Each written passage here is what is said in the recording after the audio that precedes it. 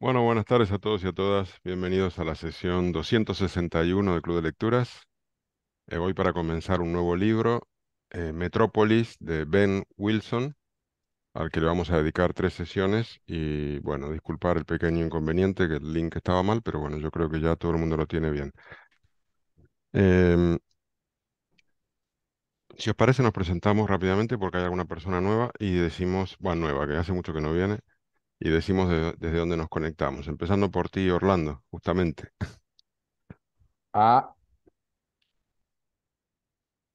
provengo de Colombia, Genial. ¿En qué ciudad estás? en Pereira. Genial.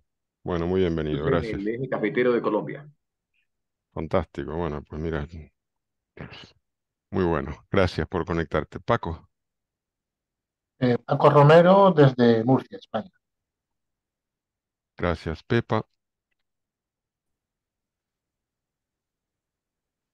estás muteada.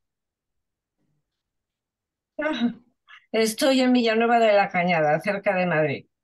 Muy bien, gracias. Virginia, Estoy en Galapagar, en muy Madrid. bien. Ana Camarero, Buenas tardes, estoy en Torrelodones, Madrid. muy bien, gracias. Luis Miguel, Hola, buenas a todos. Yo estoy en Palma de Mallorca. genial. El más adecuado para el calor que hace, por lo menos en España. Sí, hoy además hace muchísimo calor. Esta mañana estaba un ratito en la playa. Vaya. Silvina, Silvina, estoy en Buenos Aires, en el invierno, casi. muy bien. Y Taylor Millstone, Sí, de los Estados Unidos. fantástico. Muy bien, Taylor. Menos mal que viste el nuevo link, que estaba fallado. Vale. Pues nada, vamos a comenzar entonces. Em, Ben Wilson es un historiador y un escritor británico que nació en 1980. Tiene una licenciatura y una maestría en historia de Cambridge, ¿no? Es autor de 5 libros anteriores, eh, incluido ¿Cuál es el precio de la libertad?, por el que recibió el premio Somerset Maugham, y el éxito de ventas del Sunday Times, Empire of the Deep, The Rise and Fall of the British Navy. Bueno, el imperio de la profundidad, el surgimiento y la caída de la Armada Británica. Ha sido consultor de varios programas de historia de la televisión y participado en programas de TV y radio públicas de Estados Unidos, Reino Unido e Irlanda. Ha escrito artículos para The Spectator, The Literary Review, The Independent on Sunday, The Scotsman, Men's Health, The Guardian Online y GQ. No encontré mucha información sobre él, estuve buscando más, pero la verdad es que o es par con información o no le dan mucha, no lo mueven mucho su currículum.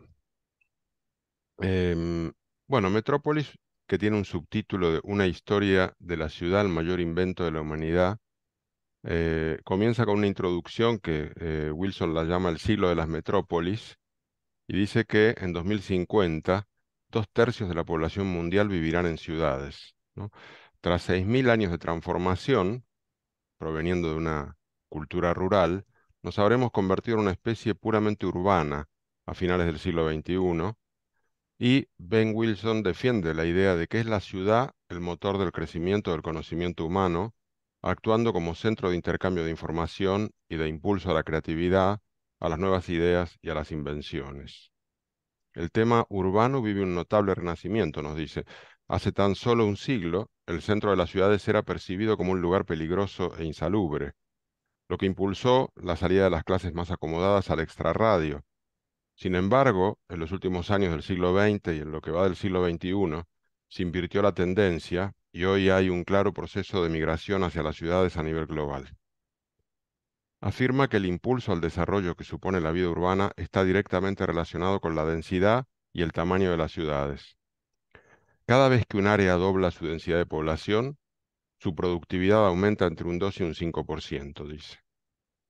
Para 2025, el 50% del PIB mundial estará en manos de 440 ciudades con 600 millones de habitantes, es decir, con tan solo el 7% de la población del planeta, que tendrán el 50% del PIB.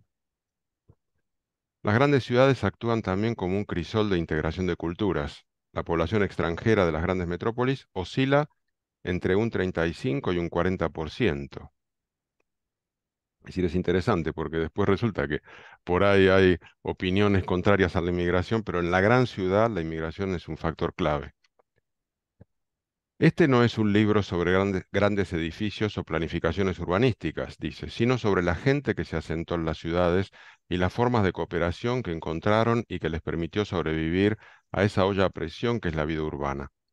Y dice también, me interesa más el tejido conectivo que mantiene al organismo unido que su apariencia externa o sus órganos vitales.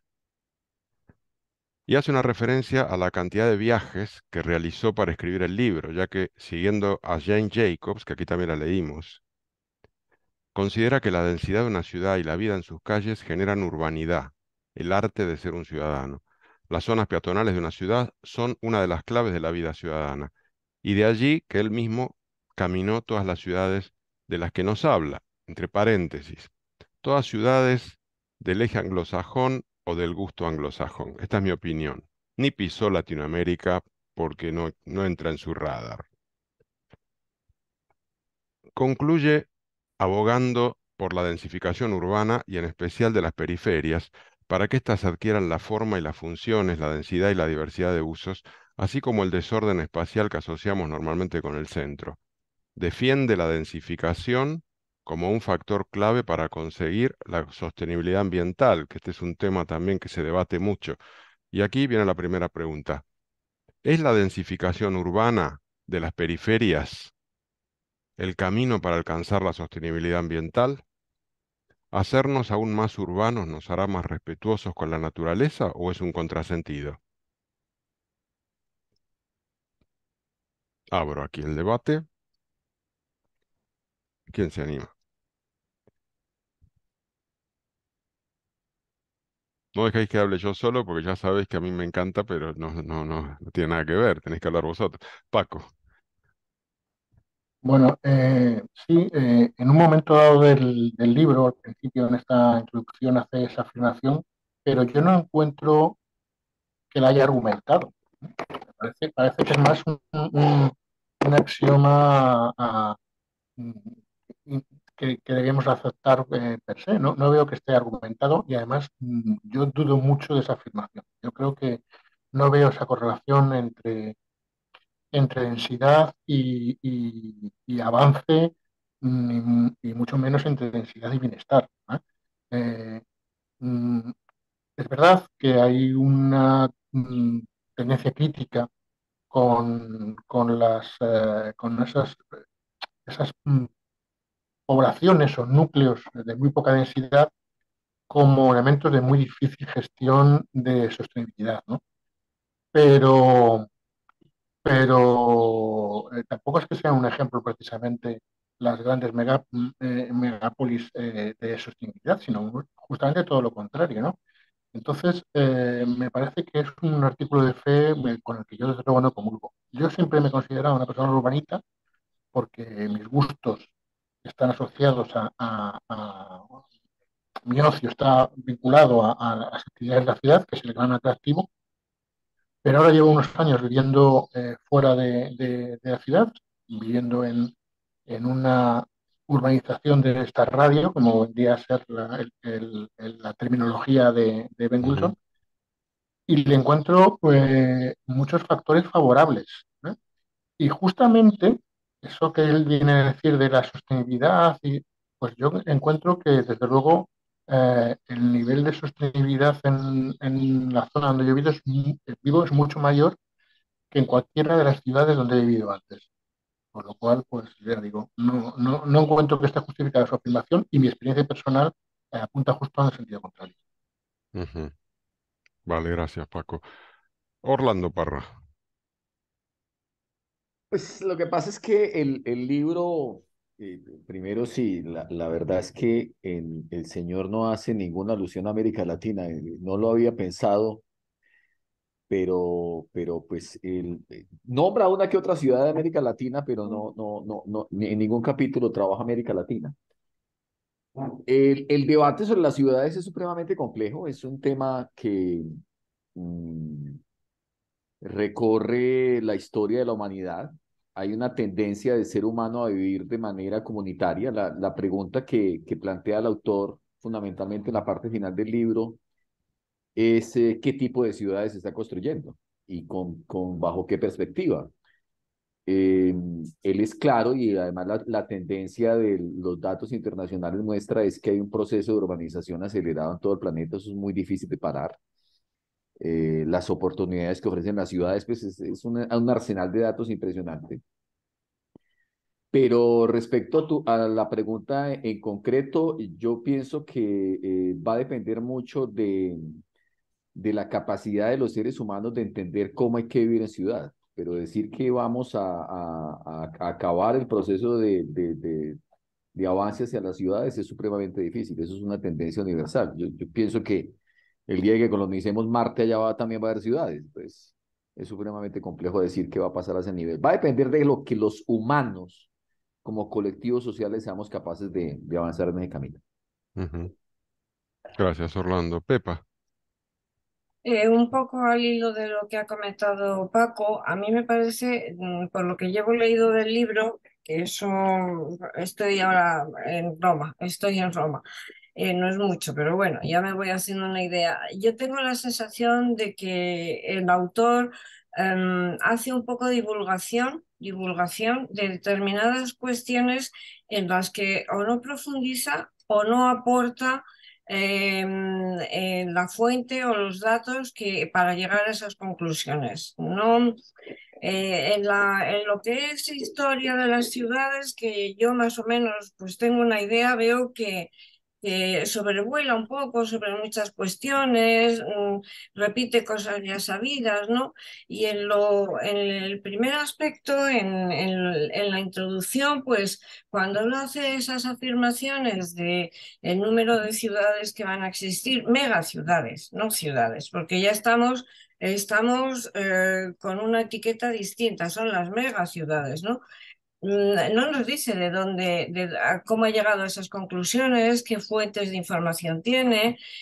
Eso yo lo veo que está como un poco, poco sostenido, ¿sabes? Me da esa Ujú. sensación, ¿no? Entonces, que son afirmaciones que él puede tener datos, pero que no nos lo dice, no sabemos por qué, en qué se basa para ello. ¿Eh? Nada más. Gracias, Pepa. Bueno, yo había pedido la mano, ahora te la doy, Taylor, me la voy a dar a mí. Perdona. Quiero enseñar una cosa. Voy a mostrar una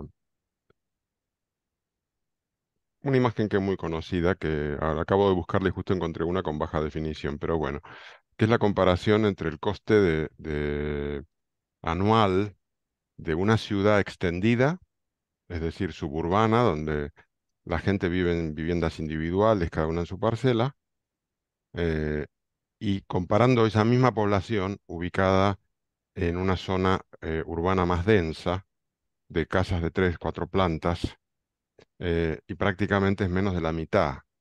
El coste de funcionamiento y de urbanización y de mantenimiento de esa ciudad. Y eso es por donde viene, creo yo, el comentario que él hace de que para ser más sostenibles eh, necesitamos ir a una mayor densidad. Es decir, las ciudades más densas son más sostenibles, implican menos desplazamientos, contaminan menos, gastan menos energía, y por tanto hay una cuestión que tiene que ver con la densidad. Quería decir eso porque yo lo entiendo, lo que él dice, y estoy de acuerdo. Voy a parar de... Muchas gracias por la aclaración, Jorge.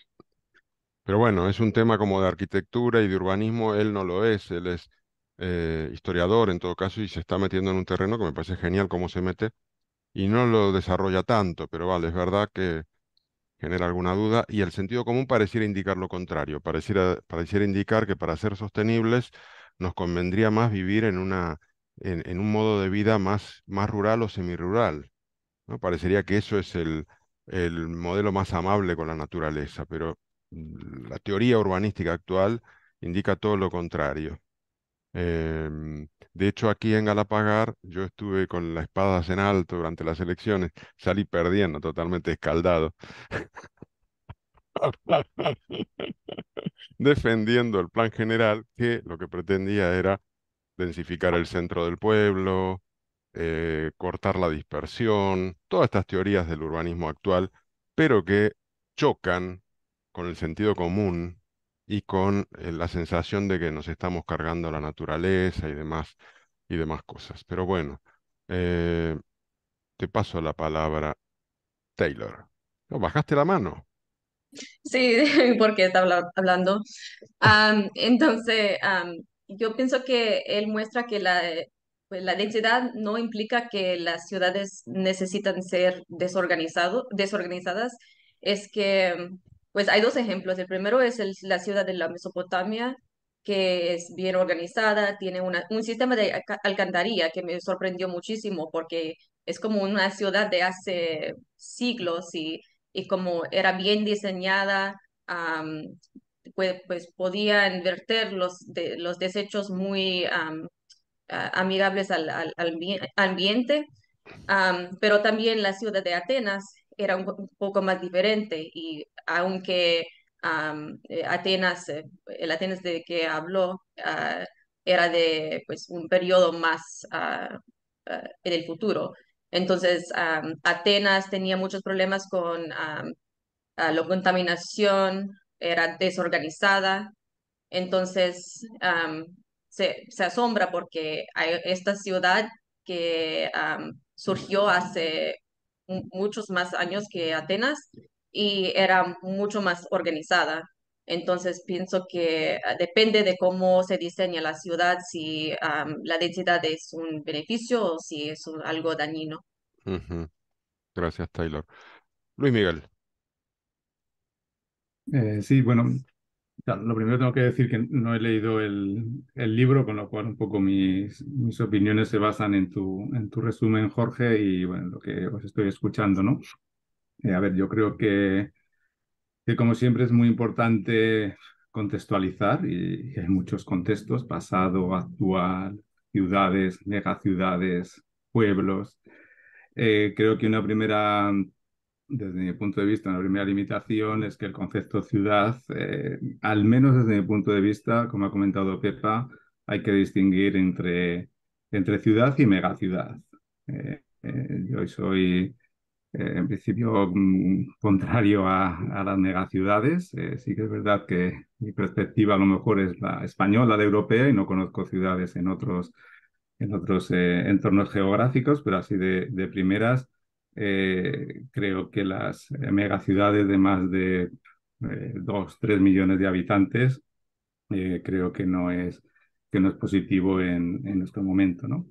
Y luego, por otra parte, creo que cuando hablamos un poco de las ciudades nos olvidamos de que las ciudades están enmarcadas en un territorio.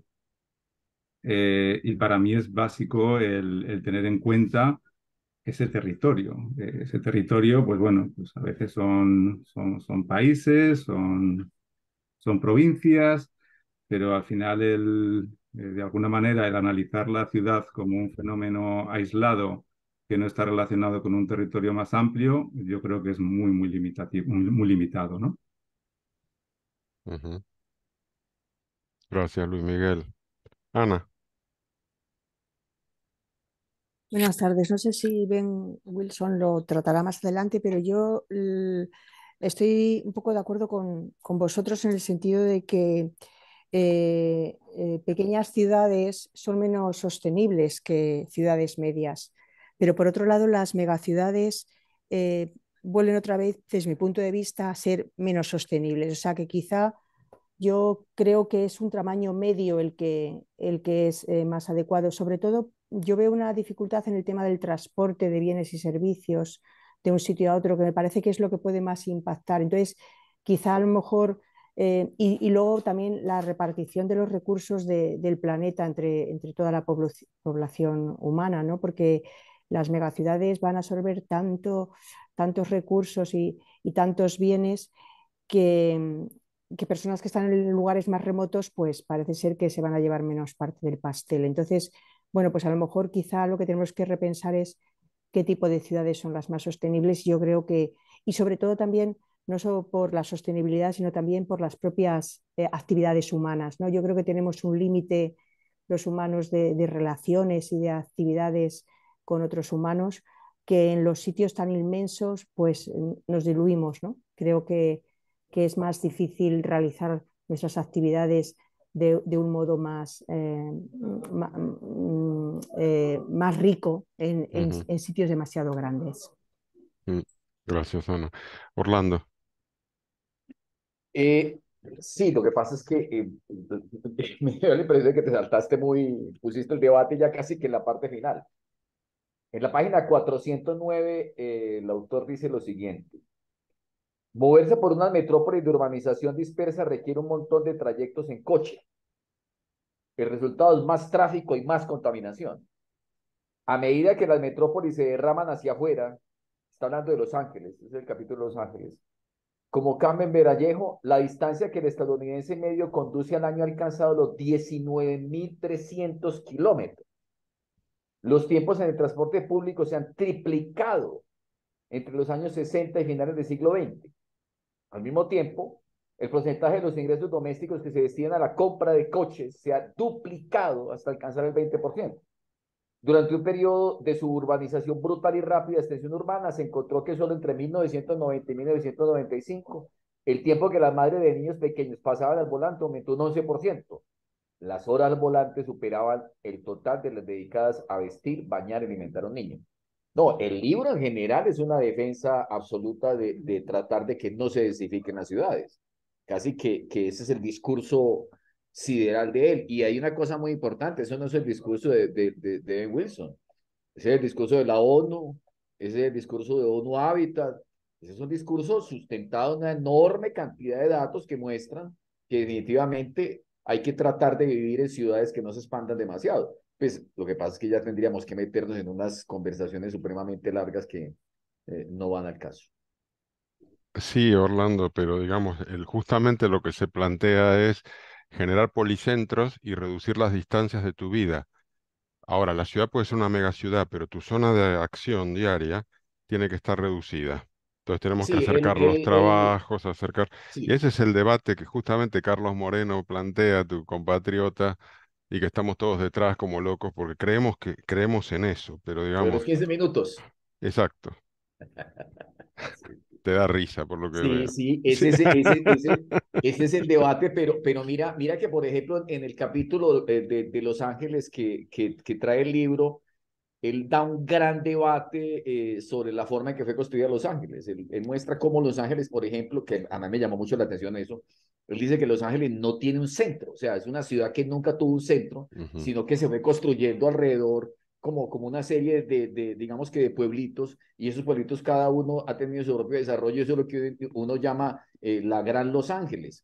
Pero sí, en este instante lo que está en el ambiente es la teoría de los 15 minutos, que además creo que la acaban de imponer en el plan de ordenamiento de París.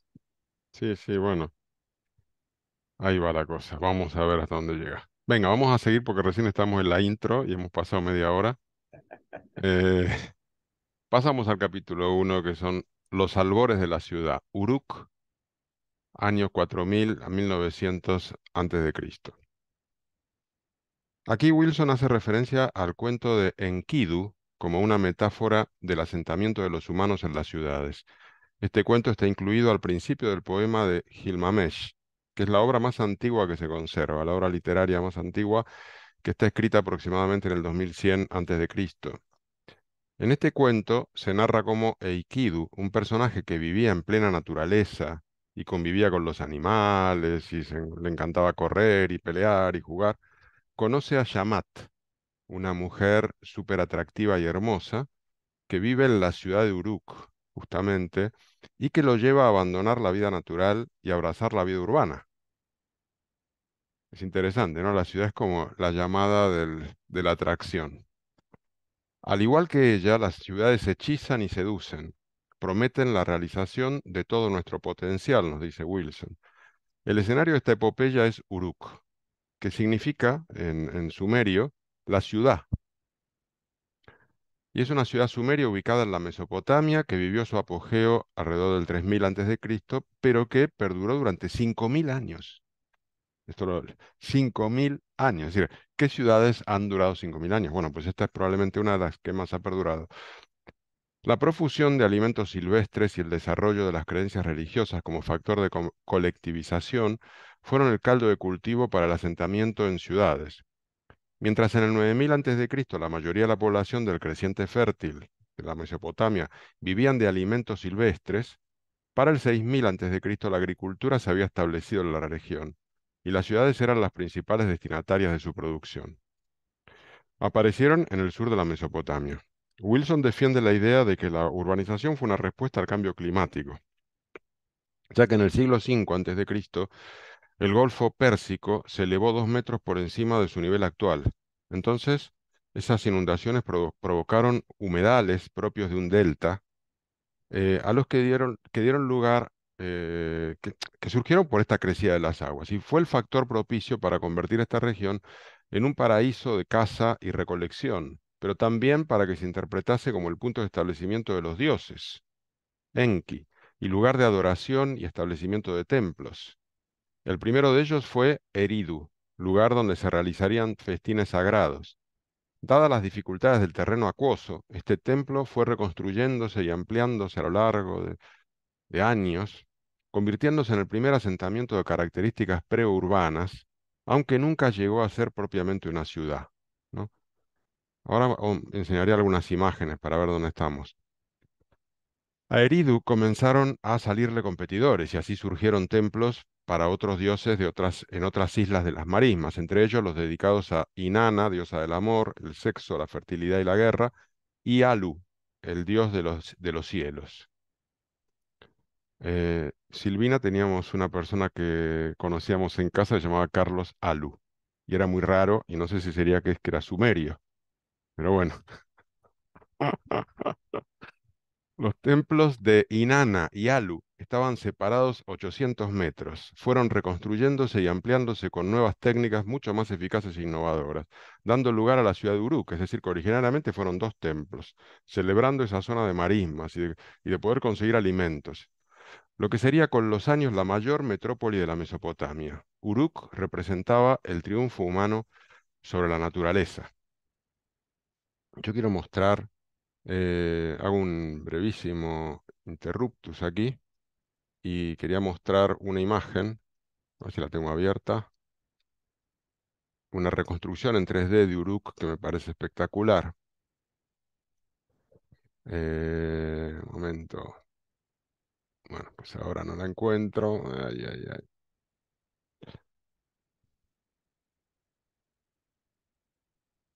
Voy a compartir.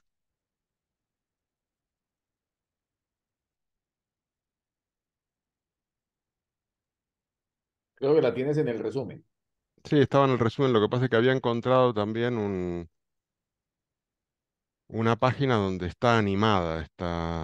Es un render, es un modelo 3D que han hecho en una universidad alemana y lo tenía abierto y ahora resulta que no. Pero bueno, con todo el lío del link y tal. Ahora, podéis ver la dimensión de la ciudad y de la zona central que tenía este Sigurat, eh, que bueno, hay discusiones sobre su sentido, pero por lo visto es una especie de montículo artificial en el cual arriba hay un templo y que preside la ciudad, ¿no? La ciudad tiene como centro un monumento religioso. Y en estos grandes patios se almacenaba grano y era una mega urbe atómica, ¿no? Dejo de compartir. A lo largo de un milenio, la retirada de las aguas encumbró a Uruk, atrayendo a todos los pobladores de las marismas a vivir en la ciudad. Ciertamente la agricultura precedió a la ciudad, pero una revolución agrícola de semejante intensidad habría sido imposible sin la revolución urbana. Es decir, que al final aquí se retroalimentan las dos cosas. Como sucedería a lo largo de la historia urbana, la ciudad no es simplemente un agrupamiento de edificios, sino que es el escenario de creación y florecimiento de nuevas actividades y nuevas profesiones, totalmente inéditas para la vida preurbana. Es decir, que la ciudad inventa actividades. En lo que sucedió es lo que sucedió en Uruk, con el auge de todo tipo de oficios y especialidades inexistentes hasta ese entonces. La civilización urbana mesopotámica que comenzó en Uruk se prolongó durante más de 4.000 años. Bueno, yo por otros lados encontré que eran 5.000, pero bueno, él dice 4.000. Ben Wilson hace referencia a una serie de invenciones inéditas que tuvieron lugar en Uruk, como la propia escritura, justamente, el desarrollo de hornos súper sofisticados para la producción de objetos cerámicos en serie, eran unos cuencos que se llamaban sila y que se usaban como unidad de medida para el comercio. Inventaron las velas para navegar, mecanismos basados en la combinación de la rueda y el eje, todo tipo de mecanismos. También los primeros contratos, que los llamaban bullias, y que crearon el primer sistema financiero y contable de la humanidad. Y dieron un impulso enorme a las matemáticas, es decir, que por un lado el comercio y el control financiero desarrollaron las matemáticas. El éxito de Uruk incitó la fundación de nuevas ciudades en la región, tales como Ur, Kish, Nippur, Huma, Lagash y Shuruppak, que acabarían rivalizando con Uruk, e incluso algunas la superarían.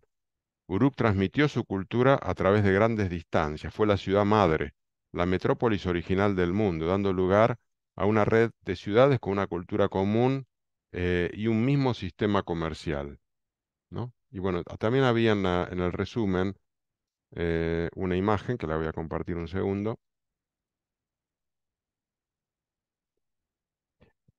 con esta ubicación de esta serie de primeras ciudades, ¿no?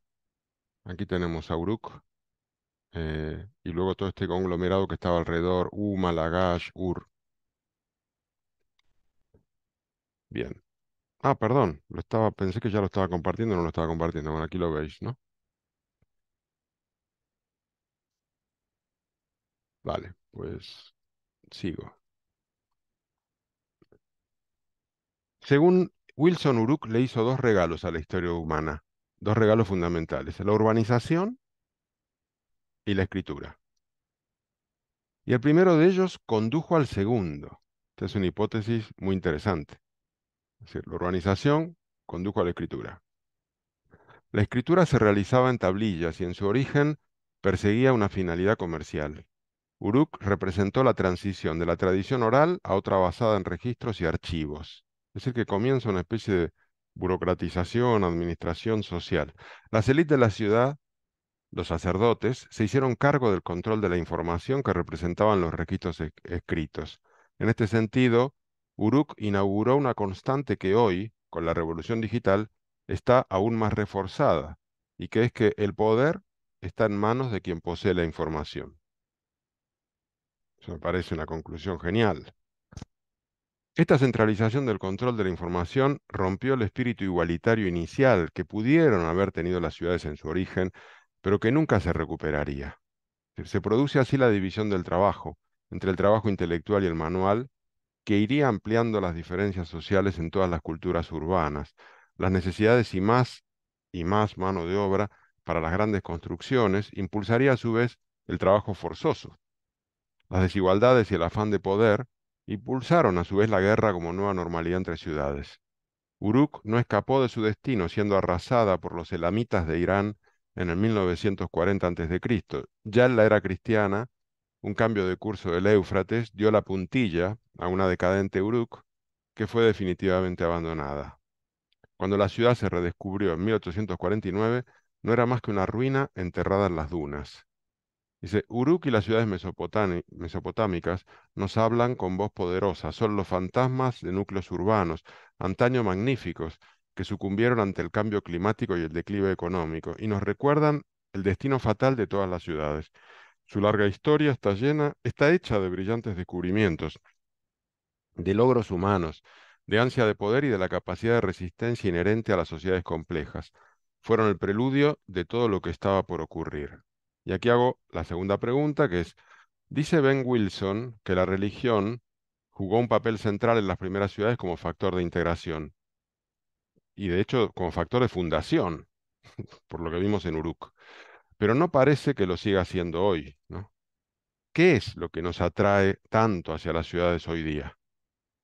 ¿La concentración urbana es una tendencia irreversible o podría invertirse gracias al auge de Internet y el mayor desarrollo de fórmulas de teletrabajo y reducción de la semana laboral debido al trabajo de las máquinas, que son debates actuales que tenemos.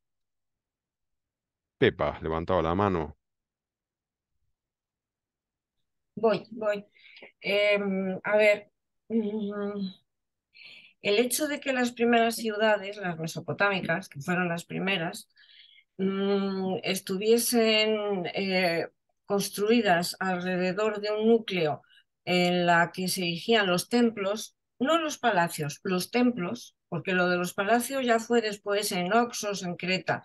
Los templos era el núcleo de la ciudad, Sí, porque según fueron pasando, una vez que se produce el asentamiento y la gente se empieza a organizar y según van pasando el tiempo, hay que buscar una justificación religiosa. Entonces, si os fijáis bien en estas culturas, hay siempre una historia, Gilgamesh, la Biblia, ¿eh? que justifican el hecho de que un dios o unos dioses sean los que han construido o han facilitado que existiera esa ciudad. Consecuencia de esa argumentación religiosa es el hecho de que eran los sacerdotes los que tenían el control de la ciudad, en el sentido de que ellos recibían el grano, ellos distribuían el grano, ellos controlaban todo, ¿no? No era un ejército, estas ciudades no tenían un ejército en un principio, fueron las siguientes a las sumerias, las asirias sobre todo, cuando aparece un ejército agresivo que se dedica a conquistar. Estas ciudades no, en estas ciudades el poder jerarquizado estaban los sacerdotes, es decir, la religión tenía un peso fundamental y a partir de las historias que se inventaban, ¿no? Por ejemplo, en el poema de Gilgamesh hay una parte que es muy graciosa en la que dice que uno de los dioses, no me acuerdo cómo se llama porque ya no me acuerdo, estaba muy enfadado porque es que los hombres hacían mucho ruido.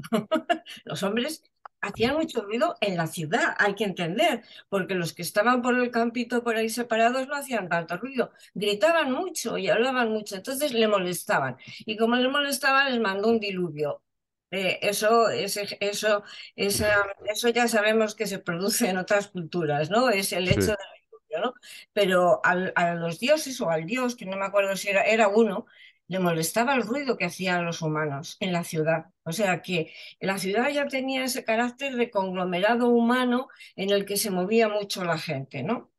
Y luego en cuanto a lo que dice Ben Wilson de que en Uruk aparece por primera vez la especialización del trabajo, yo creo que eso es anterior, o sea, en Uruk sería muy al principio. El hecho de que el Homo sapiens dejase de ser nómada y se asentara, ya primero recolectando, después ya con sus cultivos, ya produce la especialización. Ahí uno hace una cosa y otro hace otra, y las mujeres esto y otro con los animales. O sea que ya en el principio del Neolítico ya se produce una especialización del trabajo que luego, por supuesto, se va mejorando y extendiendo y se va difundiendo mucho más, ¿no? La artesanía tiene muchos vehículos y hace muchas cosas, ¿no?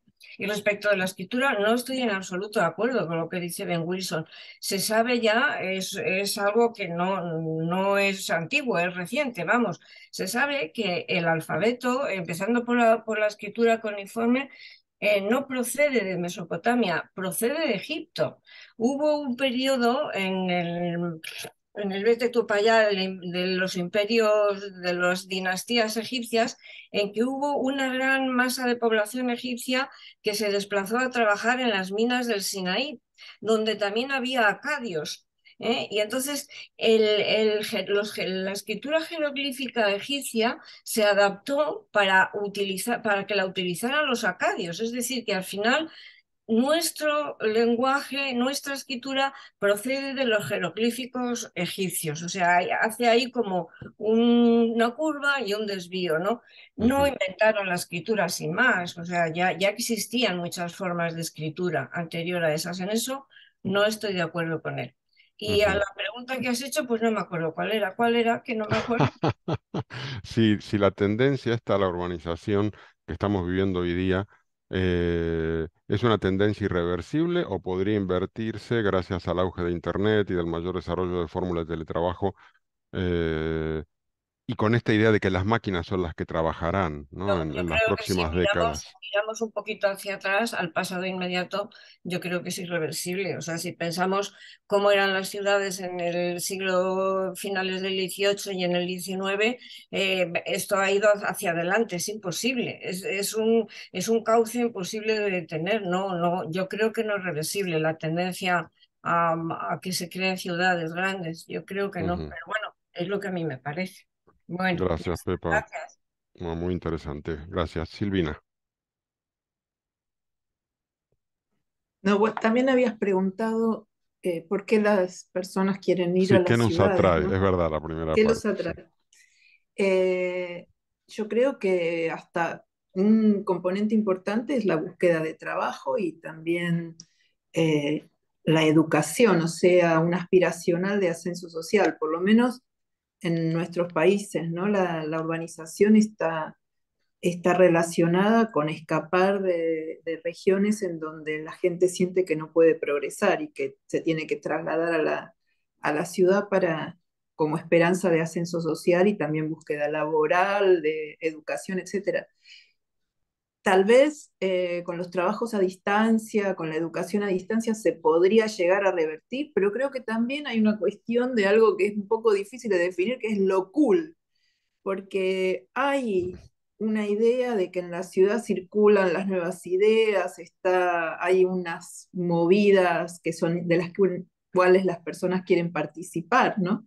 El ambiente también, el ambiente cultural, y todo eso lo reflejan mucho las series o, bueno, las cosas que se consumen, y porque también en los pequeños lugares, las personas que no encajan, o sea, todos los individuos están muy sometidos a la mirada de las otras personas de ese lugar, ¿no? Hay un dicho, pueblo chico, infierno grande. Y entonces muchas personas también escapan de eso, porque no, si están como, hay una expectativa en relación a cómo se tienen que comportar, a, a lo que tienen que hacer en esos lugares pequeños, que es muy fuerte, y en la ciudad se pasa a una situación de más anonimato, que me parece que a muchas personas les permite desarrollarse más a pleno.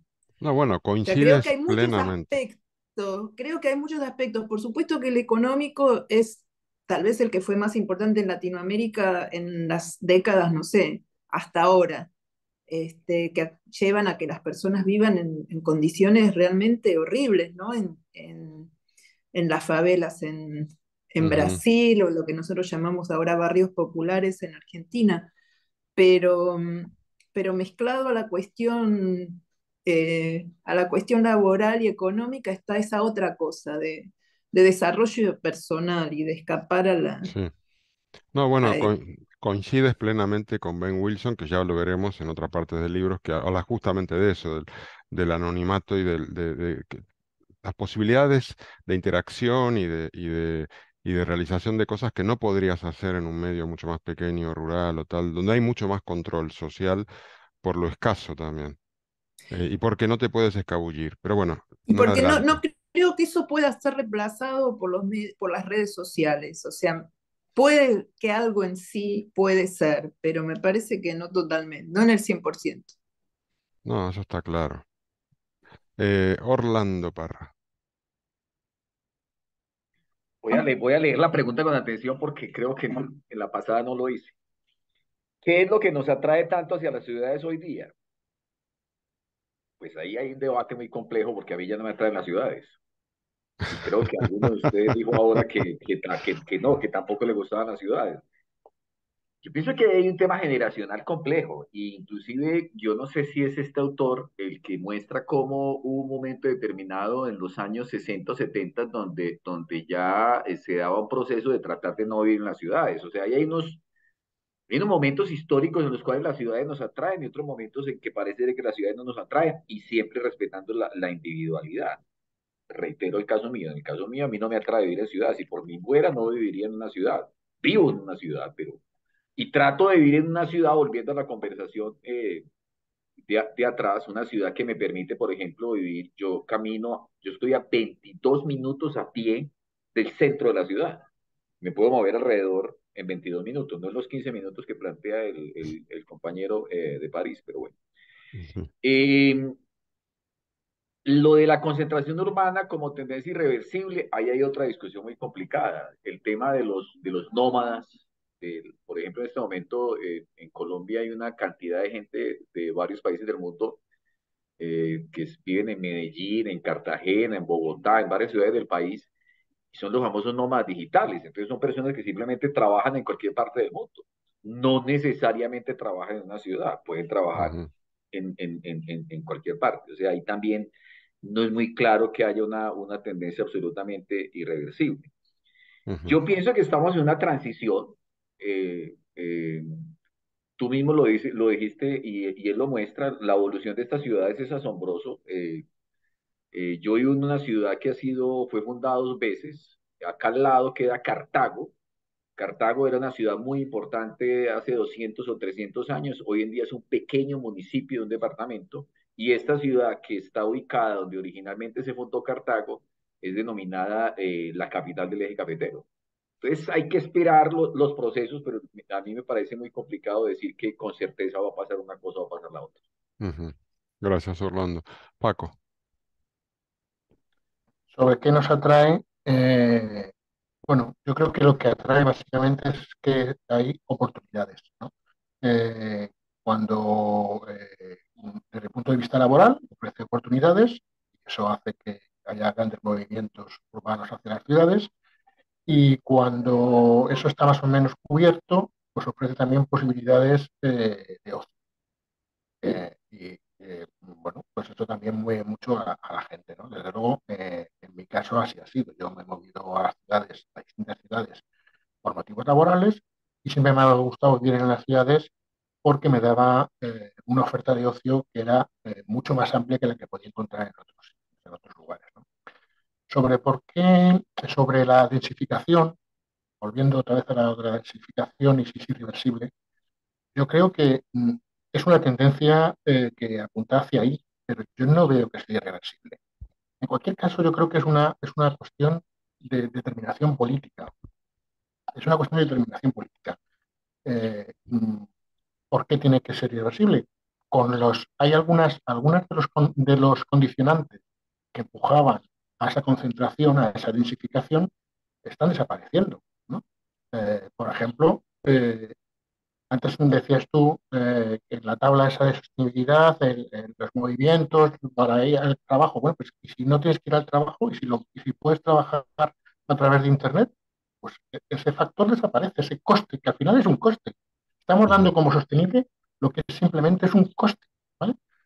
Y por eso digo que es una cuestión sobre todo de voluntad política, de modelo de desarrollo. ¿Tenemos un modelo venidor? Bueno, pues es una opción. ¿Queremos un modelo de urbanización con viviendas unifamiliares? Es otro modelo. Y entre estas hay otras opciones que yo creo que son las más aconsejables. Pero en cualquier caso, quería decir una última cosa.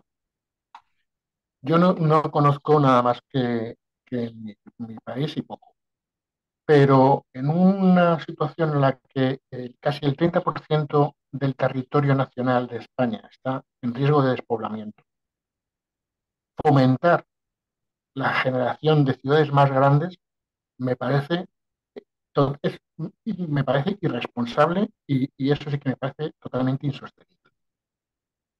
Ujú. Gracias, Paco. Luis Miguel. Sí, la verdad es que mis comentarios están muy en la línea de lo que acaba de decir Paco, ¿no? Y un poco respondiendo a tus preguntas de por qué no se atraen las ciudades, a ver, yo creo que básicamente es por las oportunidades y porque al final el sistema nos lleva a ello, ¿no? El sistema que se ha ido creando, pues nos lleva a que todo está en las ciudades, ¿no? Los estudios, la universidad, el trabajo, el ocio, buscar pareja, etcétera, etcétera, ¿no? Con lo cual, no se ha establecido otro modelo, al menos en los países que conocemos, otro modelo de desarrollo que no nos lleve a la ciudad, ¿no? También, pues lógicamente también depende del momento de las personas, ¿no? Eh, Parece normal que cuando se está estudiando en tus primeros desarrollos profesionales, pues te atraigan las ciudades porque es donde tienes las oportunidades y luego en una fase de madurez, pues a lo mejor te planteas otras cuestiones que quizás no están necesariamente en las ciudades, ¿no? Pero vaya. Y luego, por otra parte, irreversible. Hombre, yo creo que no. Pero lógicamente creo que la iniciativa pública es fundamental, que se considere una situación de Estado es básico y a partir de ahí que se tomen decisiones si realmente se quiere apostar por allá. Aunque es muy complicado porque, bueno, pues en muchísimos casos los poderes sociales, los poderes económicos, pues también tienen su desarrollo precisamente en las ciudades, ¿no? Y vuelvo a insistir, sobre todo en las megaciudades, ¿no? Que para mí esa diferenciación es fundamental, ¿no? Entonces, cuando en el caso de España, pues especialmente pues se hablan de proyectos urbanísticos en Madrid y Barcelona o la periferia de 20.000 viviendas, 30.000 viviendas, etcétera, pues lógicamente ahí hay unas tendencias sociales, pero también hay unos grandísimos poderes económicos a los que interesa todo esto, ¿no? Ujú, Eh, y entonces eso, si con decisión, digamos, pública, pues no se minimiza, pues entonces realmente pues, no se va a ver un desarrollo territorial mucho más equilibrado, ¿no? Que yo creo que es hacia lo que tendríamos que tender, ¿no?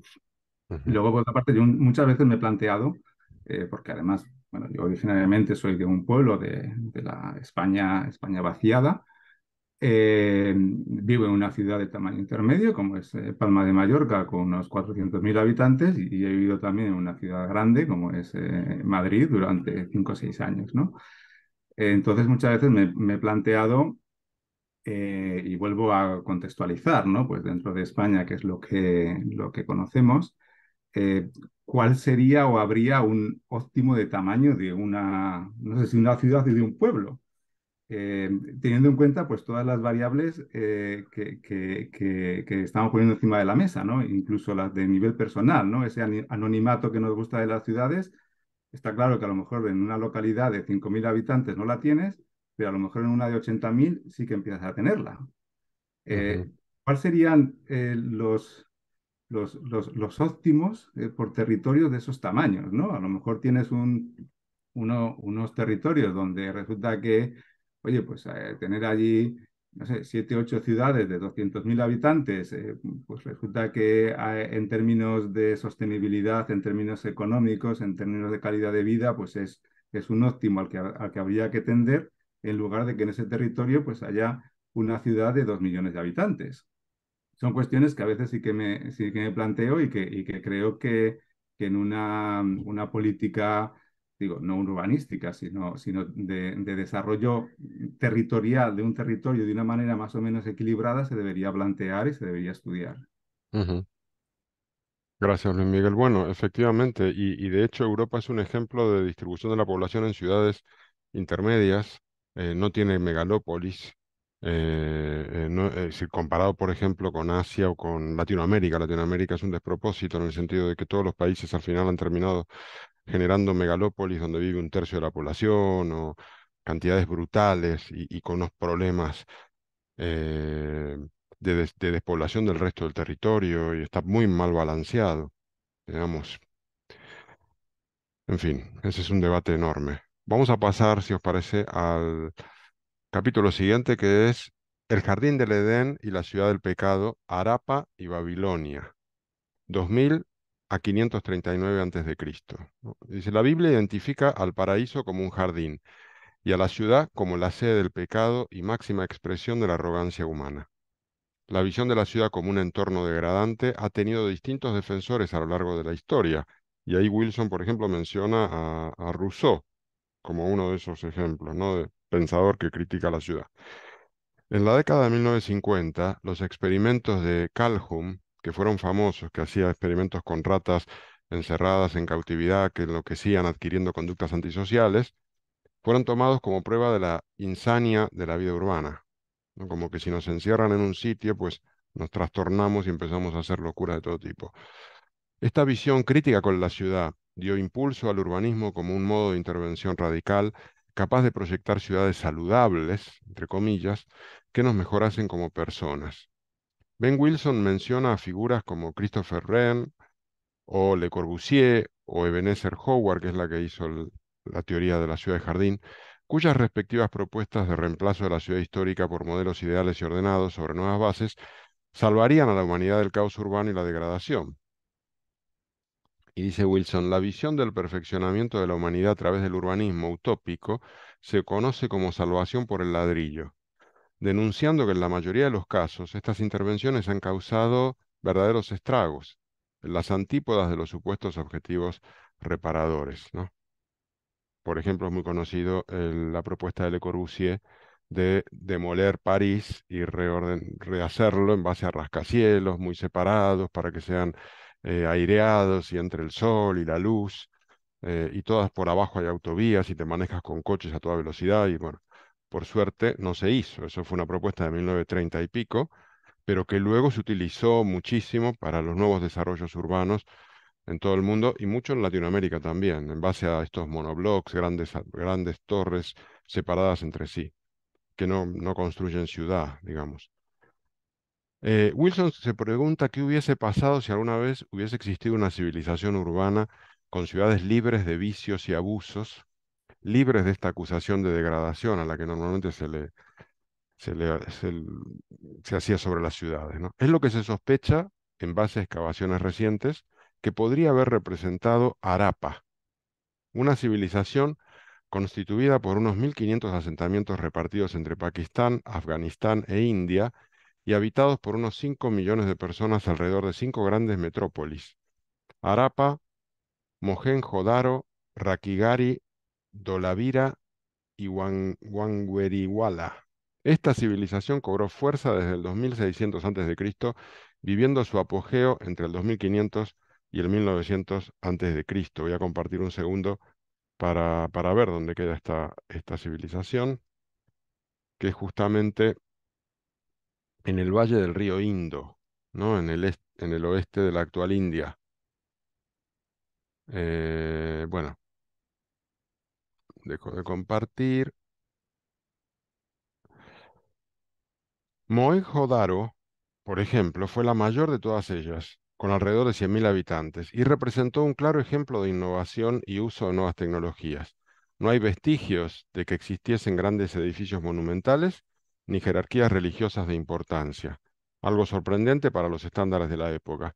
Los edificios tenían todos un enfoque funcional, no monumental, dando indicios de una sociedad que sería igualitaria y sin grandes desigualdades.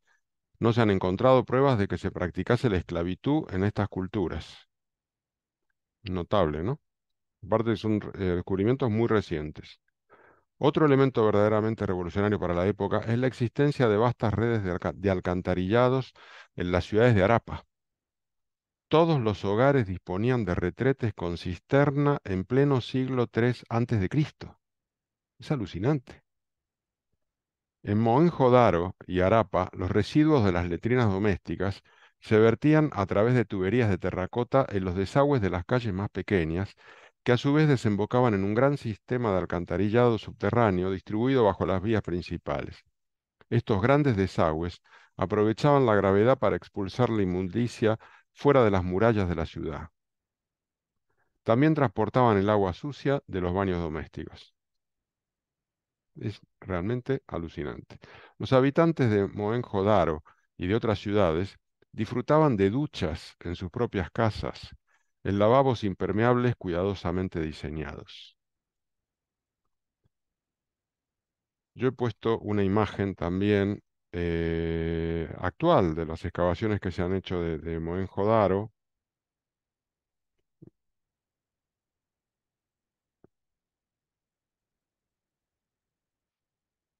Bueno, esta construcción que se ve más atrás es un monumento budista que es posterior, pero todo lo demás sí es original. Bien. Ah, perdón, no estaba compartiendo. Ahí lo veis. No sé vosotros, pero yo la verdad que no tenía conocimiento de estas culturas. Voy a parar. Según Wilson, la cuidadosa gestión del agua, que incluía una red notable de pozos subterráneos, era la respuesta al cambio climático que estaba progresivamente transformando la región en un entorno hostil, cada vez más caluroso y seco. Fue justamente este proceso el que obligó a abandonar estas ciudades a partir de 1900 a.C. La población se dispersó en pequeñas comunidades que fueron migrando hacia la llanura del Ganges. Harappa se considera como un ejemplo de sociedad pacífica y tecnológicamente avanzada, dice Wilson. Si los de Harappa levantaron sus ciudades sobre la base de la reverencia al agua, nosotros hoy día estamos construyendo las nuestras sobre la base de la fe en el futuro digital, haciendo referencia al concepto de Smart Cities que representan modelos como por ejemplo Songdo, esta ciudad en Corea del Sur que se presenta como un gran prototipo de Smart City. Y aquí hago la pregunta 3. ¿Qué tecnologías nos podrían ayudar a vivir mejor en las ciudades? Basándote en tu experiencia vital, es decir, lo que habéis vivido en vuestras vidas, ¿podrías indicar alguna tecnología que haya mejorado la vida en la ciudad, tu vida en la ciudad?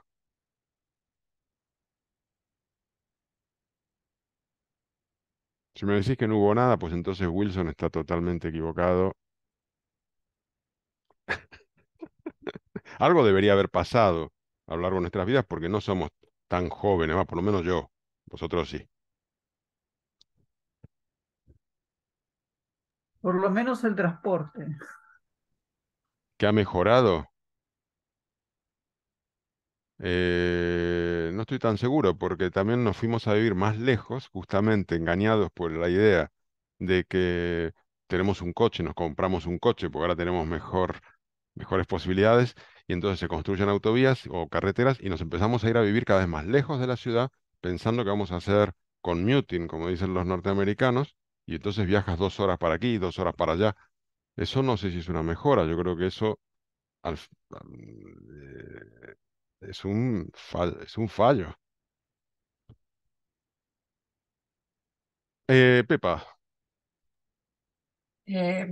A ver, mejoras en las ciudades, pues claro, yo sí que he visto cambios, que vamos a ver, yo he vivido de niña en una ciudad pequeñita del norte, amurallada, una ciudad deliciosa donde podíamos ir andando a todos los sitios, por supuesto, al colegio, al cine, teníamos parques, teníamos de todo.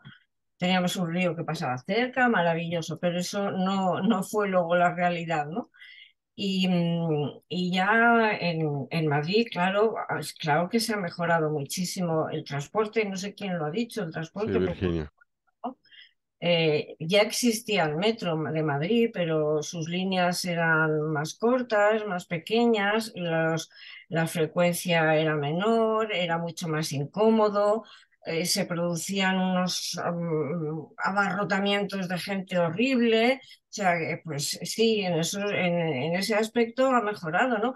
Me parece un retroceso que se hubieran quitado los tranvías, los trolebuses, que se llamaban los trolebuses, eso sí que me parece un retroceso porque eran un medio de transporte bastante limpio, bastante rápido y bastante cómodo. Yo he viajado en Madrid en autobuses de 2 pisos, como los de Londres, que nos peleábamos cuando íbamos al centro porque nos dejaran subir al piso de arriba, ¿no? Eso ya no existe, ¿no? Eso, yo he visto cómo ha cambiado la ciudad, cómo se han mejorado el abastecimiento, los mercados, se ha mejorado el sistema de abastecimiento en la alimentación, ¿no? De ir al mercadito de barrio con los puestos allí, todos con un olor horrible de quién da la vez y cosas de esas, a ir a comprar cómodamente de una forma higiénica que antes no existía. Se ha facilitado, por supuesto, los sistemas de higiene, eso también no lo podemos negar, ¿no? Y te estoy hablando del año 50 para acá. ha habido indudablemente muchas, pero luego al final dices, bueno, lo que comentabas tú, Jorge, si al final nos vamos a vivir todos lejos, si al final nos vamos, yo he estado casi toda mi vida laboral yendo a trabajar, yendo a Madrid solo a trabajar y me volvía otra vez, ¿no? No hacía vida en Madrid casi nada y ahora que vivo en La Cañada muchísimo menos desde que dejé de trabajar. La ciudad no me atrae, a mí personalmente no me atrae y cada vez que voy me parece más agobiante, me agobia muchísimo, me agobia el ruido, me agobia la circulación, he tenido una temporada ahora después de la pandemia que utilizar el metro y el tren me costaba mucho, tenía como una desazón, me producía una desazón, me superaba, todo aquello me superaba, ¿no? Esos andenes llenos de carteles por todos los sitios, que no sabes si tienes que ir por allí o por allí, la línea esta, la línea otra. Pero bueno, tiene que ser así, porque si no sería impensable que pudiésemos circular y movernos por Madrid de otra manera, ¿no? Como nos movíamos en el año 50, que cuando cogíamos un taxi tenía transportín. Los niños nos sentábamos en un asientito que salía de la parte del conductor, o sea que las cosas han cambiado mucho, sí, y creo que para mejor, desde luego. Vale, gracias, Pepa. Vamos a intentar hacer contestaciones sintetizadas. No te lo digo por ti, lo digo en general. Y por mí también. Luis Miguel. Sí, a ver, yo por concretar un poquito y pensando en cambios actuales que han favorecido algo mi vida en la ciudad, aunque yo vivo en el centro y el 90% de mis desplazamientos son andando, pero sobre todo las APPs de los ayuntamientos que me permiten ir por ejemplo, pues tengo la parada del autobús a 2 minutos y entonces pues salgo 2 minutos antes de mi casa para coger el autobús y lo que antes a lo mejor no era excesivamente fiable, pues ahora en general es bastante fiable, ¿no? También lo mismo pues con las bicicletas urbanas, ¿no? Suelo coger bicicleta para moverme, no utilizo mi propia bicicleta, sino que utilizo siempre de las estaciones y entonces pues el poder ver en la aplicación que hay disponible y tal, pues bueno, a mí realmente me facilita bastante, ¿no? Entonces en ese sentido ese tipo de tecnología sí que bueno, pues la utilizo y sé y sí que me facilita algunos de mis movimientos dentro de la ciudad, ¿no? Aunque bueno, al vivir en una ciudad mediana, pues realmente los desplazamientos, bueno, no son un gran inconveniente, ¿no? Cuando vivía en Madrid, pues sí, que prácticamente todos los desplazamientos eran en autobús y en metro, porque no hay distancias que puedas hacer andando difícilmente, ¿no? Ujú. Vale, Luis Miguel, muchas gracias. Silvina. Sí, yo iba a mencionar las bicicletas, o sea, el impulso al uso de las bicicletas y la construcción de bicisendas para poder trasladarse en forma más o menos segura es una de las cosas que me parece que han sido positivas por lo menos acá en los últimos años. Y también la organización de actividades para el público en general gratuitas en toda la ciudad, que hay muchísimas, y esas me parece que es. Ahora justamente me voy a ir a escuchar un concierto de jazz y me parece que eso aumentó muchísimo en los últimos años y me gusta, lo uso mucho. Una cuestión que en un pueblo no podrías hacer, salvo ir a la verbena del pueblo, que es una amargura, una vez cada tanto. Por eso la ciudad es tan Sí, no, bueno, importante. los museos, las muestras, pero también Para el disfrute cultural, evidentemente, cuanto más grande la ciudad, mejor. Bueno, quería decir que el domingo pasado estuve en la Feria del Libro de Madrid y me compré un libro que me ha gustado mucho, que es el Tratado de Urbanismo y Sociedad de Arturo Soria, justamente porque sabéis que Arturo Soria es una avenida, un bulevar importante del noreste de Madrid, para los que conozcáis o seáis de por aquí. Era, era, Eh, era, bueno, era. era, Ya no es vale, boulevard, ya no es era. boulevard. Y una de las paradas de metro, justamente en esa zona, se llama Ciudad Lineal, que era su concepto de ciudad que él proponía, que era básicamente hacer líneas de tranvía, bueno, es que como tengo el background no se ve bien, pero líneas de tranvía y disponer todas las parcelas y las viviendas a lo largo de las líneas de tranvía y de las estaciones, y tiene toda una teoría y escribe de una manera muy engolada. Es del 30, lo que escribe. Pero digamos, pone, las primeras casas son las casas de los ricos. Luego vienen las clases medias y luego los pobres ya tienen que caminar más cuadras para atrás. Lo increíble es que se hizo. En parte, yo lo tengo cerca de la oficina. Eh, en fin, nada, esto no sé qué tiene que ver con lo que estábamos diciendo. Bueno, tiene que... Yo lo he conocido, la ciudad lineal, la he conocido. Sí, Ya medio derruir, a medio edificar, pero yo lo he conocido, yo he pasado por allí, lo he visto y he circulado por allí. Existió.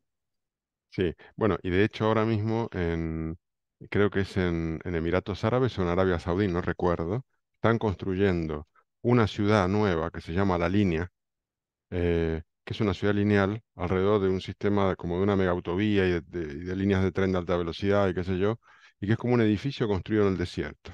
Una demencia absoluta. Es decir, que Arturo Soria se estará removiendo en su ataúd.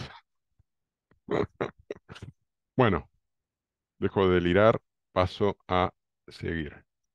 Bueno, entonces esta búsqueda de alcanzar la perfección urbana y el orden total a través de la tecnología se contradice con otras aportaciones de la ciudad, como la provisión de anonimato, que es lo que hablabas tú, Silvina, y la posibilidad que dan de perderse en su laberinto, dice Wilson, ¿no? Las ciudades también ofrecen cosas que apelan a nuestros impulsos humanos más bajos, dice, como el materialismo, el hedonismo y el sexo. A partir de esta reflexión, Wilson da varios ejemplos históricos, como el Londres del siglo XVIII, con su erotismo de mascaradas y carnavales, y describe varias de estas fiestas, la propia Babilonia en la antigüedad, que era una suerte de capital del vicio y con la que se ensañó toda la cristiandad y se la usaba como el antimodelo, la existencia de barrios rojos prácticamente en todas las épocas y en todas las culturas, y eso se daba en las ciudades. Así también como la existencia de circuitos homosexuales o gay en todas las épocas también, pero con sus propios códigos y lugares reservados que permitían esquivar las miradas y la condena social, ¿no? Y a este respecto da cuenta de las crónicas de James Bowell en el Londres del siglo XVIII, que son muy interesantes. Aporta también datos que comparan las bajas tasas de relaciones ilegítimas que se dan en el medio rural y en los pequeños pueblos con las que se dan en las grandes ciudades. No está claro que los habitantes de las ciudades sean más propensos al pecado, dice, que sus primos del campo. Simplemente cuentan con más oportunidades y más escondites, propicios para los encuentros ilícitos. Por tanto, desde este punto de vista, yo diría, ¿dónde hay que firmar? Prefiero la ciudad. No sé. Wilson defiende que la carga erótica era un componente clave de la vida urbana antigua, especialmente en contextos públicos y religiosos. Ciudad y sensualidad eran inseparables. El alto valor que se otorgaba a la pureza femenina en Mesopotamia, combinado con el alto valor que se le otorgaba también a la libido, hizo que la prostitución fuera una práctica muy extendida. La misma contradicción se dio a lo largo de los tiempos. Las ciudades son muy tentadoras, dice Wilson. No es casual que la Biblia se regodease con la destrucción de ciudades como Sodoma y Gomorra, consideradas como infiernos en la tierra que debían ser arrasados. Wilson continúa con la descripción de Babilonia, que se consideraba a sí misma como el centro del universo. Tenía motivos, dados los avances en todos los campos del conocimiento que se dieron en su seno, pero fue la crítica judeocristiana la que la condenó de por vida a ser el vivo ejemplo de la degradación moral. Dicha crítica alimentó la visión general de las ciudades como ámbitos de corrupción de valores que ha perdurado hasta hace muy poco. El año 539 a.C. marcó el final de la Babilonia autónoma, al ser arrasada por Ciro y los persas, quien dejó marchar a los judíos. La caída de la ciudad fue usada como ejemplo de castigo a la arrogancia humana contraria a Dios.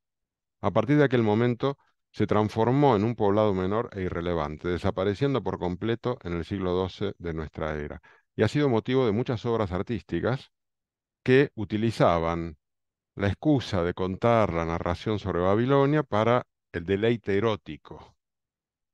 Y hay algunos cuadros, yo puse un cuadro de Delacroix que está muy bueno, lo voy a compartir un segundo.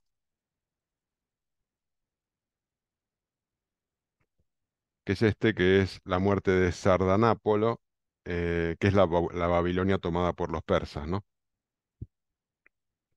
No sé hasta Pero qué no lo punto. compartiste, no lo Ay, compartiste, siempre ¿eh? hago lo mismo, le doy y no está Sí. compartiendo, perdón. Me olvido de darle el segundo clic. Ahí lo veis. La muerte de Sardanápolo, de Delacroix, que de alguna manera nos quiere narrar un acontecimiento histórico, los persas entrando en Babilonia a saco, pero yo creo que el objetivo es narrarnos un poco el deleite erótico que se vivía en Babilonia, que es lo bastante más interesante que un persa con el sable en alto. Bueno, esa es mi opinión. Dejo de compartir. Babilonia es el arquetipo de la ciudad del hombre, caracterizada por el materialismo, la lujuria y el bullicio. Y por supuesto, la imagen de Babel, Babilonia, Sodoma y Gomorra, espoleó a los enemigos de la ciudad. La división entre la gran metrópolis por un lado y la pequeña ciudad o pueblo por otro ha sido una característica habitual de la historia. Se dice que la virtud reside en esta última, mientras que la cosmópolis inmoral, con su Babel de lenguas, su colisión de culturas, sus grupos multiétnicos, su libertinaje y su codicia, es la corruptora de las almas y de la política. Wilson compara Babilonia con el Londres georgiano de principios del XIX, en el que el sexo era visible en las calles y en el que residían unas 50.000 prostitutas. Todo estaba en venta en la gran ciudad. A este respecto da el testimonio de Thomas de Quincy, que cuenta sus noches por aquel Londres en su libro Confesiones de un inglés comedor de opio, que también son muy interesantes. También hace referencia a H. G. Wells, que describía el Nueva York de 1920 como babilónico, y también era un desmelene. La pregunta 4, entonces. Dice Wilson que el carácter transitorio del sexo en la ciudad y su comercialización ha hecho que la metrópolis parezca un lugar donde el amor es una mera mercancía desechable, en contraste con la supuesta inocencia del campo. Afirma también que, claro que queremos buenos sistemas de alcantarillado y menos prostitutas, pero una ciudad purificada pierde su chispa. Es decir, que si te pasas de ordenación, pues Eran menos puteros, no menos prostitutos. bueno, pues ahora lo abrimos al debate. Bien. La pregunta es, ¿debemos cuestionar y reconstruir las ciudades para hacerlas más ordenadas, limpias y sanas? ¿O es mejor preservar su margen de oscuridad, incertidumbre y desorden? ¿Qué nos apetece más? Taylor, luego Pepa. Sí, pienso que hay que diseñar las ciudades para que la gente pueda vivir una vida sana, saludable, pero también no transformarlas tanto que pierden su carácter y lo que las hace únicas. Pues hay que mantener los edificios históricos y los museos y todo lo que le da su carácter, pero a la misma vez hay que tener control. Así que pienso que hay un balance entre los dos, entre preservar la historia y preservar pues todo lo que atrae a las personas a las ciudades, pero también un poco de organización sobre la arquitectura y los sistemas de, como, de limpieza y todo esto. Ujú. Ok, gracias Taylor. Pepa. A mí lo que me parece es que Wilson lo que hace es que nos transmite una imagen urbana en la que parece que lo que prima es el comercio del sexo, la prostitución, el desmadre y todo eso. Y cuando habla de las ciudades mesopotámicas, por ejemplo, pues indudablemente eso ocurría, ¿vale? Pero también había artesanos que vivían de su trabajo, había escribas, había funcionarios, había comerciantes. Pues es que reducir el aura de la ciudad a eso me parece un poco demasiado, ¿no? Y en Londres, por ejemplo, Londres en el siglo XVIII es verdad lo que cuentan, pero también tenía otras muchas ventajas, ¿no? Pues tenía un gobierno parlamentario, bueno, en fin, ¿para qué vamos a hablar, no? Había parques, había espacios verdes, la ciudad crecía más o menos ordenadamente y reducir el hecho urbano a ese tipo de actividad, pues no sé, me parece un poquito ridículo, ¿no?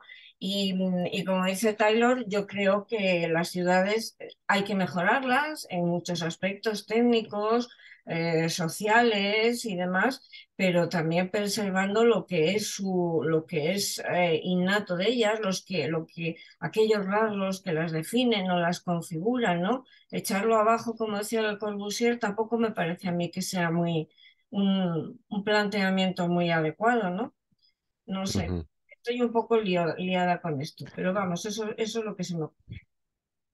A ver, yo lo que entiendo que él nos quiere decir es que la ciudad permite un desafío a la cultura imperante. Tiene como zonas oscuras y un submundo urbano en el cual tú puedes romper las condiciones morales impuestas, y eso no lo permite la vida rural o la vida en los pequeños pueblos. Entonces, la ciudad tiene también ese aspecto que uno podría condenar y decir hay que acabar con todo esto. La cultura Pero imperante es todo eso que dice él. Sería todo lo contrario, ir en contra de la cultura imperante. Así que no estoy totalmente en desacuerdo. bueno, no sé, otras opiniones. Silvina.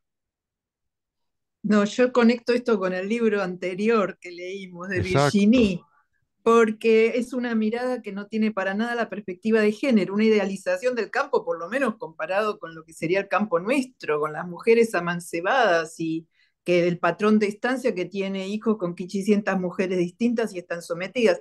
Y en ese sentido, la prostitución en la ciudad puede aparecer frente al sometimiento en el campo de la mujer como un poco de una liberación, que era lo que planteaba Virginie. Pero bueno, me pareció Bueno, yo una con mirada que Virginie no no estoy tenía de en acuerdo para cuenta nada. ¿cómo? No, pero lo que te digo es que el campo no está, el campo tiene un uso también así del cuerpo y de la sexualidad que somete a las mujeres y que no les deja ningún tipo de libertad y no es la cuestión idealizada de que Pero todo todos es, someten a las es mujeres. ¿Cuál no somete? puro. Dos No, poderes pero someten a el las planteo que mujeres. está haciendo Tanto a las otras que no Wilson, se pueden liberar y a las otras que dependen económicamente. Los pero dos lo que someten a te, las mujeres. ok, pero lo que te estoy diciendo es que Wilson está planteando como que toda la cosa oscura o condenable moralmente, etcétera, etcétera, que lo asocia con la prostitución está en la ciudad y no tiene en cuenta lo que pasa en el ambiente del campo, por lo menos del campo de la Pero no es, Argentina, te puedo El decir, y de patriarcado otros está en todos países lados. a ver, latinoamericanos. perdón, pidamos la palabra, porque si no es un lío. No es solamente la prostitución, son las relaciones no formales, el adulterio, unas amantes por aquí, una relación gay por allá. Son cosas que te permite la ciudad y que en otros medios más controlados no se puede. Eso es lo que él está diciendo. eh, Tampoco le está defendiendo el campo. Digamos, él está describiendo lo que sucede en la ciudad a lo largo de todas las épocas y por Pero, qué la pero, ciudad tiene una atracción en ese sentido. pero yo creo que él lo focaliza más en las ciudades antiguas. No habla de las ciudades actuales, él lo focaliza en las ciudades antiguas como un elemento definitorio de esas ciudades antiguas, ¿no? No habla de otra cosa, de esas ciudades nada más que de esos aspectos. A mí eso me extraña un poco, no sé. No sé, a ver, a ver, Orlando, a ver si nos arroja luz.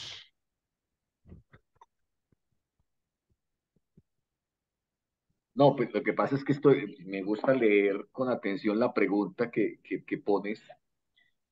Y aquí dice lo siguiente, la supuesta inocencia del campo. Pues sí, el tipo tiene razón. Yo les voy a dar un dato, el tema, por ejemplo, del incesto, que es una conducta sexual bastante complicada, está más extendido en el campo en Colombia que en las ciudades. Entonces, él afortunadamente lo dice, la supuesta inocencia del campo. No, eso del campo pues tan inocente es supremamente relativo. Además, el tema de la actividad sexual en el campo, pues yo pienso que es equiparable a la de las ciudades. Me voy a concentrar más en lo que dices, el tema de debemos cuestionar y reconstruir las ciudades para hacerlas más ordenadas. Tú mismo lo dijiste, el modelo de tratar de reconstruir las ciudades ha fracasado. O sea, a lo largo de la historia de los últimos, yo diría que 200 años, ha habido grandes esfuerzos por construir ciudades utópicas y la mayoría de las ciudades utópicas no funcionan, simplemente no funcionan. Ahí pasa algo con los seres humanos. El que tengan más limpias y más sanas, pues supuestamente ese es el ideal. Cada vez que hay una crisis de las basuras en las grandes ciudades del mundo, el presidente actual nuestro tuvo un gran lío cuando en Bogotá no hubo quien recogiera la basura por una pelea con los privados. Sí, generalmente las ciudades tienen también un margen de oscuridad, eso es cierto, pero inclusive tiene que ver mucho con lo que pasa en los centros urbanos. La mayor parte de los centros urbanos tienen una tendencia a deteriorarse y ese deterioro generalmente está asociado al tema del desorden, de la oscuridad, de la incertidumbre que tú dices ahí. ¿Qué nos apetece más? Pues yo creo que a todo el que quiera vivir en una ciudad, pues espera vivir en la ciudad más limpia y más pulcra del mundo, supongo yo. Lo que pasa es que ya ahí me llamó mucho la atención de que contaste ahora, y yo no recordaba esa parte del dios que estaba en contra del ruido, porque aquí, por ejemplo, en mi ciudad hay toda una campaña contra el ruido. Entonces, los pros y los contras de las ciudades, seguimos parados ahí. Ujú. Muy bien. Bueno, gracias. Bueno, si no hay más manos, pasamos al capítulo 3, que es Atenas, ¿no? A Cosmópolis, Atenas y Alejandría. Bueno, y Alejandría. 507 antes de Cristo al 30 antes de Cristo. Dice, las grandes ciudades de la historia comparten una característica, el gran número de población extranjera que acude a vivir en ellas. Hoy día, ciudades como Singapur, Nueva York, Los Ángeles, Ámsterdam, Londres o Toronto tienen entre un 35 y un 51% de residentes nacidos en el extranjero. Casos extremos son Bruselas, con un 62% de nacidos en el extranjero, o Dubái, que tiene un 83% de su población nacida en el extranjero. El dinamismo de Bueno, las ciudades... Bruselas está la Unión Europea, el centro de la Unión Europea. Sí, Seguramente que va a haber un montón. sí, pero es una barbaridad. Imagínate una ciudad. Yo me acuerdo cuando estudiábamos la historia de Buenos Aires, por ejemplo, cuando fue la gran inmigración a fines del 19, principios del 20, que había 10 extranjeros por cada local. Pero bueno, eso fue un periodo, ¿no? De llegada. Sería tipo Dubái. En fin. El dinamismo de las ciudades es, en gran medida, el resultado de la continua afluencia de ideas, bienes y personas, dice Wilson. Y en este sentido, la población inmigrante juega un papel central. Wilson destaca el caso de las ciudades portuarias, que son siempre muy innovadoras, y pone el ejemplo de la Atenas en el siglo XV, del siglo XV a.C. Los griegos heredaron un modelo urbano proveniente del suroeste asiático, dice, y el enlace lo realizó el puerto de Biblos, que es esta ciudad en el actual Líbano, que en aquel momento era el mayor exportador de papiro. Y de Biblos proviene justamente el nombre Biblia. Esta cultura se adentró en el Mediterráneo y fue la que dio lugar a la civilización minoica en Creta hacia el 2700 a.C. También dio lugar a toda la serie de ciudades-estados semitas repartidas por la costa oriental del Mediterráneo, a las que designamos conjuntamente como los fenicios, con Biblos, Tirón y Sidón como los principales centros urbanos. Movidos por su actividad comercial, los fenicios fundaron muchas colonias en todo el Mediterráneo, como las actuales Cartago en Túnez, o Cádiz y Lisboa, entre otras. Bueno, yo añadiría Málaga, en la que tuvimos el gusto de vivir 8 años, también de origen fenicio. El espíritu práctico comercial los llevó también a reemplazar el sistema de escritura basado en jeroglíficos y cuneiformes por un alfabeto sintético mucho más eficiente. También los griegos vivieron un proceso de expansión colonial semejante, dando lugar a la fundación de una red de ciudades-estado en el Asia Menor, como Focea, Mileto, Éfeso.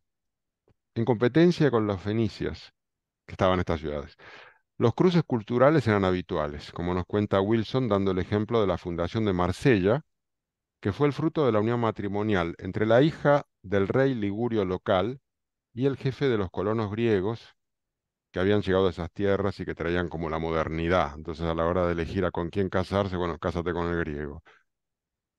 También Roma tuvo un origen ligado a las ideas que llegaron en barco desde el otro lado del Mediterráneo, dice Wilson. El mestizaje abrió la mentalidad griega a una dimensión cosmopolita. Y aquí hago la pregunta 5. Si la inmigración y el comercio son efectivamente factores de integración cultural, desarrollo e innovación, ¿no deberíamos propiciarlos a tope, eliminando fronteras, barreras y proteccionismo de todo tipo? Orlando Parra. ¿Tenías la mano? Ah, no, no, no era, vale.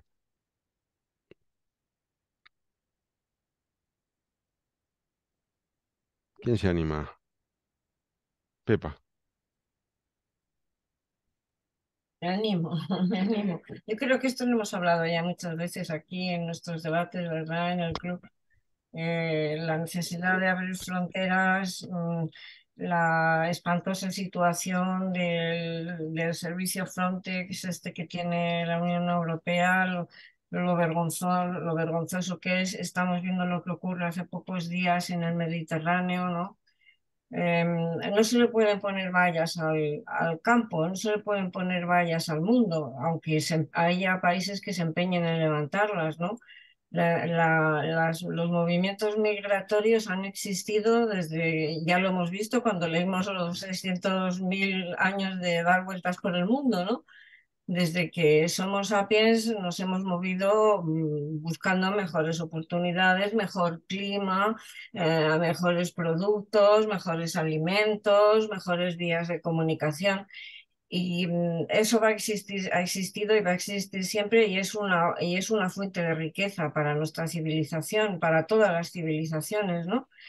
Y indudablemente el comercio es un factor muy generador de riqueza, de ideas, de transmisiones, ¿no? Porque los comerciantes fenicios llevaban su madera de sus cedros por todo el Mediterráneo, pero llevaban su alfabeto también, ¿eh? Y Ujú, entonces el comercio es una forma de transmitir muchísimas cosas. Imaginémonos el Mediterráneo hasta la caída de Roma, lo que fue aquello.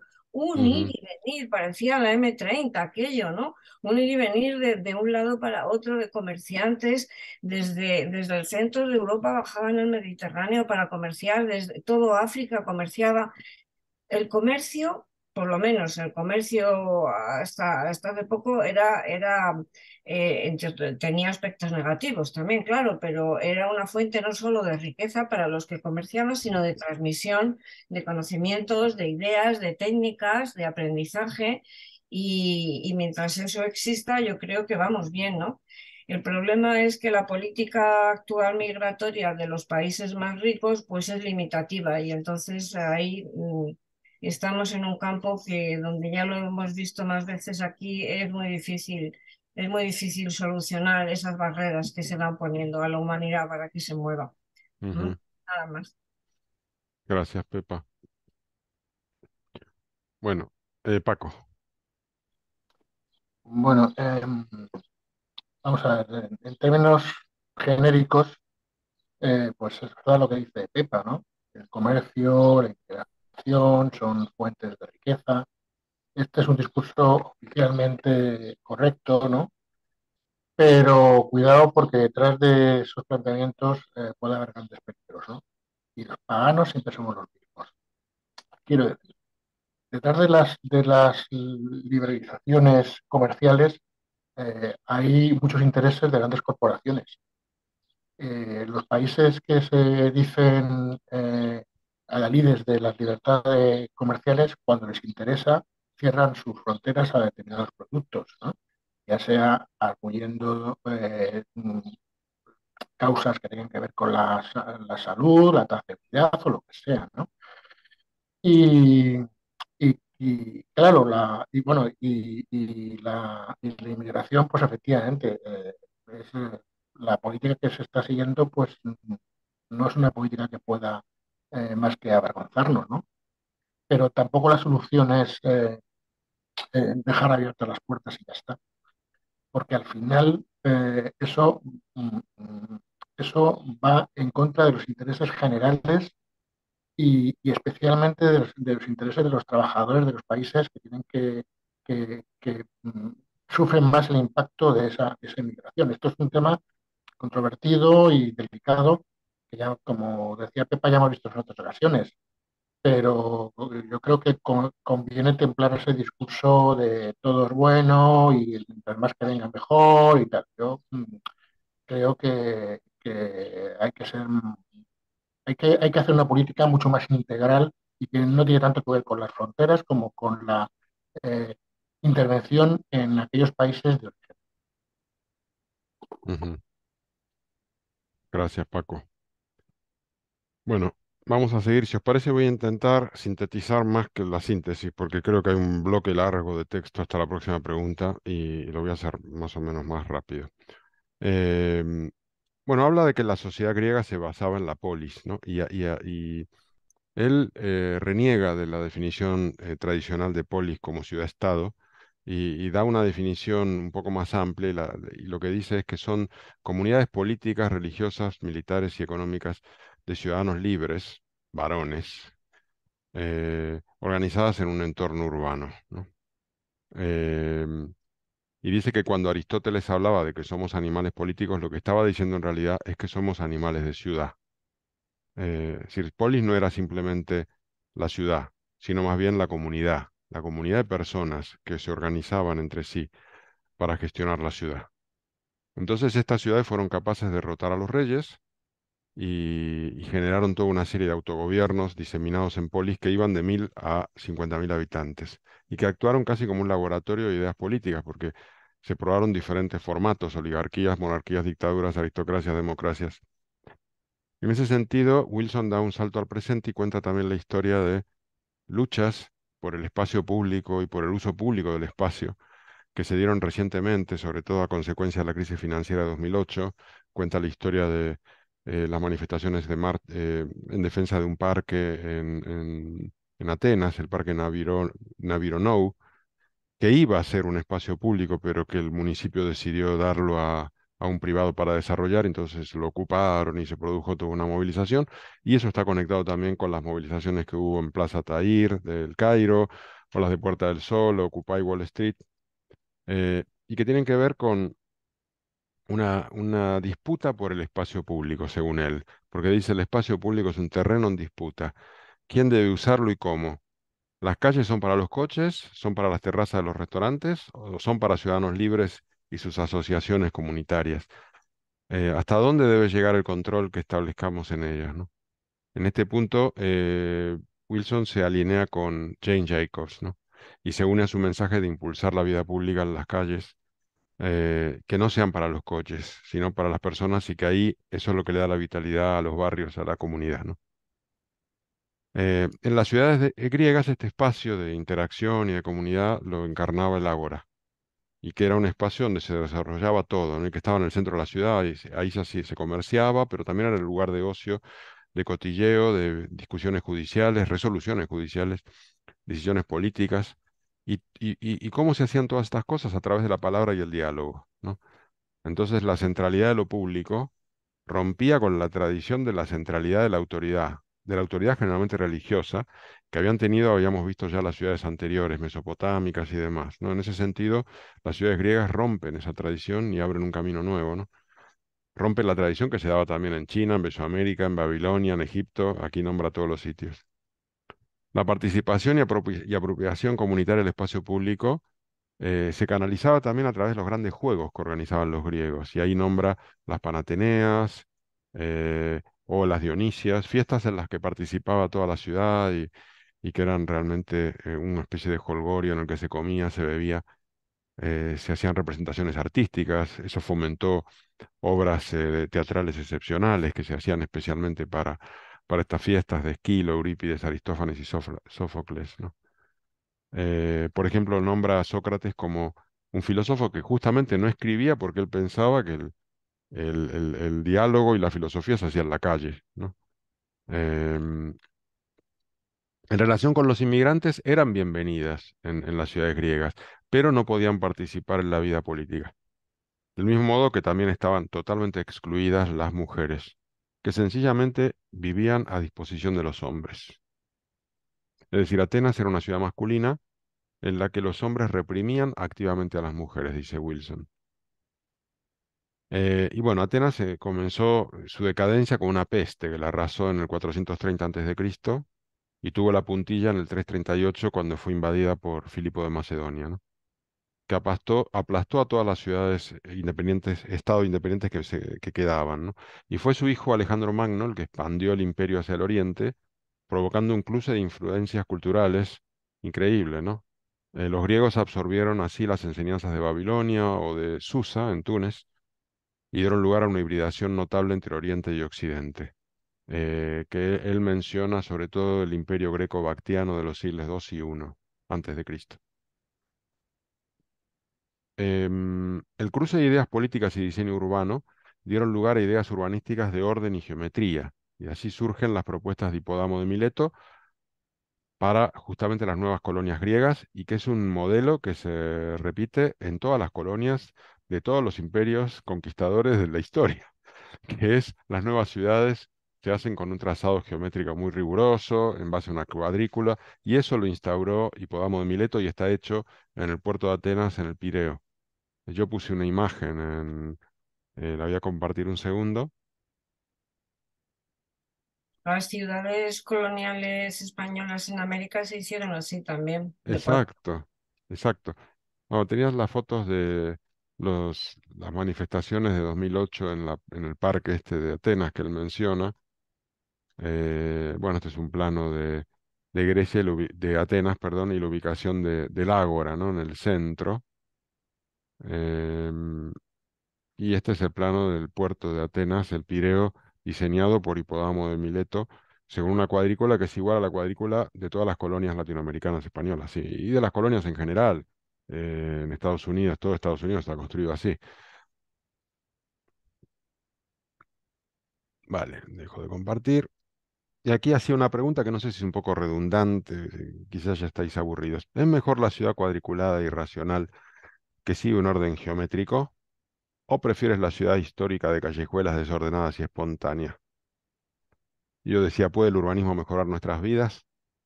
Lo digo también porque cuando yo llegué de Buenos Aires aquí, la primera vez que llegué y tenía que ir a trabajar en Málaga a la oficina en la que me habían contratado, pues era Avenida Andalucía 27. Y yo estaba en Avenida Andalucía 1. Porque si me busqué en el mapa dije, Avenida Andalucía. Ah, bueno, dije, ah, esto está aquí al lado. Pues tuve que caminar como 800 metros para llegar a Avenida Andalucía 27 porque primero que la ciudad no tiene el orden que tenemos en Latinoamérica, de que son todas manzanas, cada una con 100 números, o por ejemplo así es Buenos Aires, sino que es mucho más caótico y como impredecible el ordenamiento numérico y también el trazado de la ciudad. Tú no puedes decir, camina 4 manzanas hacia allá o 3 para aquí, ¿por qué no? Porque todo es irregular y es una cosa muy rara. ¿Qué preferimos? ¿El orden de Hipódamo de Mileto o el caos de la ciudad histórica que tenemos mucho aquí, de raíz islámica o medieval? ¿Alguien tiene alguna opinión al respecto? Pepa Gandasegui, la única que levanta la mano. Bueno, No, no, es que son dos conceptos completamente distintos de ciudad, ¿no? Vamos a ver, si hoy cualquier administración tiene que hacer una ciudad, la iba a hacer, si no en cuadrícula, de forma parecida. No iba a hacer el Madrid de los Austrias, era un recoveco total. O sea, ¿por qué la Gran Vía tuvo que arrasar con medio Madrid? Porque que aquello era insalubre, impracticable y demás. Entre otras cosas, no solo por la ciudad árabe, sino porque tenía una cerca que la rodeaba y no se podía expandir la ciudad. En el reinado de Felipe II construían casas por la noche, porque al lado de una casa hacían una habitación y luego iban poniendo otra y luego ponían un muro. Entonces, esa anarquía la forma de hacer las ciudades ahora yo creo que es impensable. Ahora se tienen unos conceptos urbanísticos que guían un poco para crear una ciudad en la que se pueda vivir, ¿no? ¿Y Ujú, echar abajo las ciudades antiguas tal como están? Toledo, pues no, porque mire usted, eso es un patrimonio que tenemos todos y aunque sea incómoda y esté llena de cuestas, pues hay que mantenerlo, ¿no? Hay que encontrar un término medio, ¿no? Y ujú, porque fíjate, tú lo mismo lo has dicho, lo dice en el libro, Atenas que era divertida y era un sitio donde la gente vivía en la calle y todos se conocían y no sé quién dijo una vez, me parece que fue Sócrates, que los esclavos ya habían tenido tal grado de libertad que podías estar hablando con uno sin saber que era un esclavo, ¿no?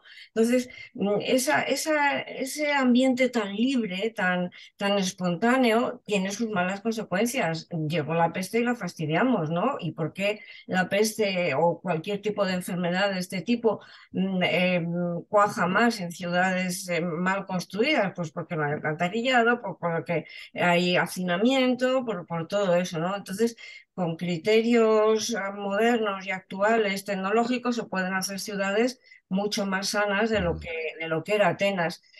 El ambiente aquel, pues no sé si se podría repetir, ¿no? Porque era un ambiente también muy especial. No sé, habría que encontrar un término medio, yo creo, ¿eh?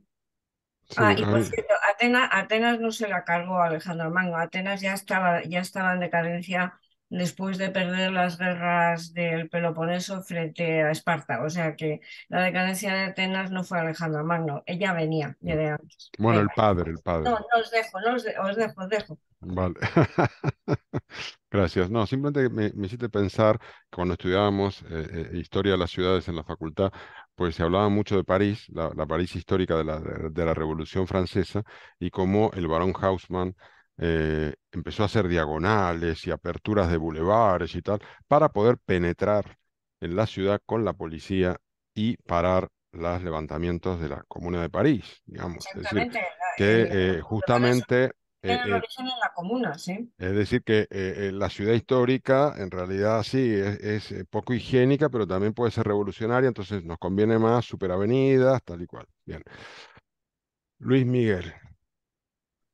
Em, sí, bueno, yo bueno, totalmente de acuerdo con Pepa, que es la experta en historia, pero vaya, yo creo que una vez que, pues no sé, fue el siglo XVI más o menos, cuando ya digamos que se superó un poco pues el tema de ciudades judías, ciudades árabes, yo creo que casi todos los prototipos de desarrollo urbanístico y de creación de ciudades han tenido un modelo que ha pretendido ser racional y donde lo que predominaba era la geometría y todo esto, ¿no? Pero bueno, contestando un poco de una forma más directa a tu pregunta, yo te diría que yo para vivir prefiero una ciudad racional y geométrica.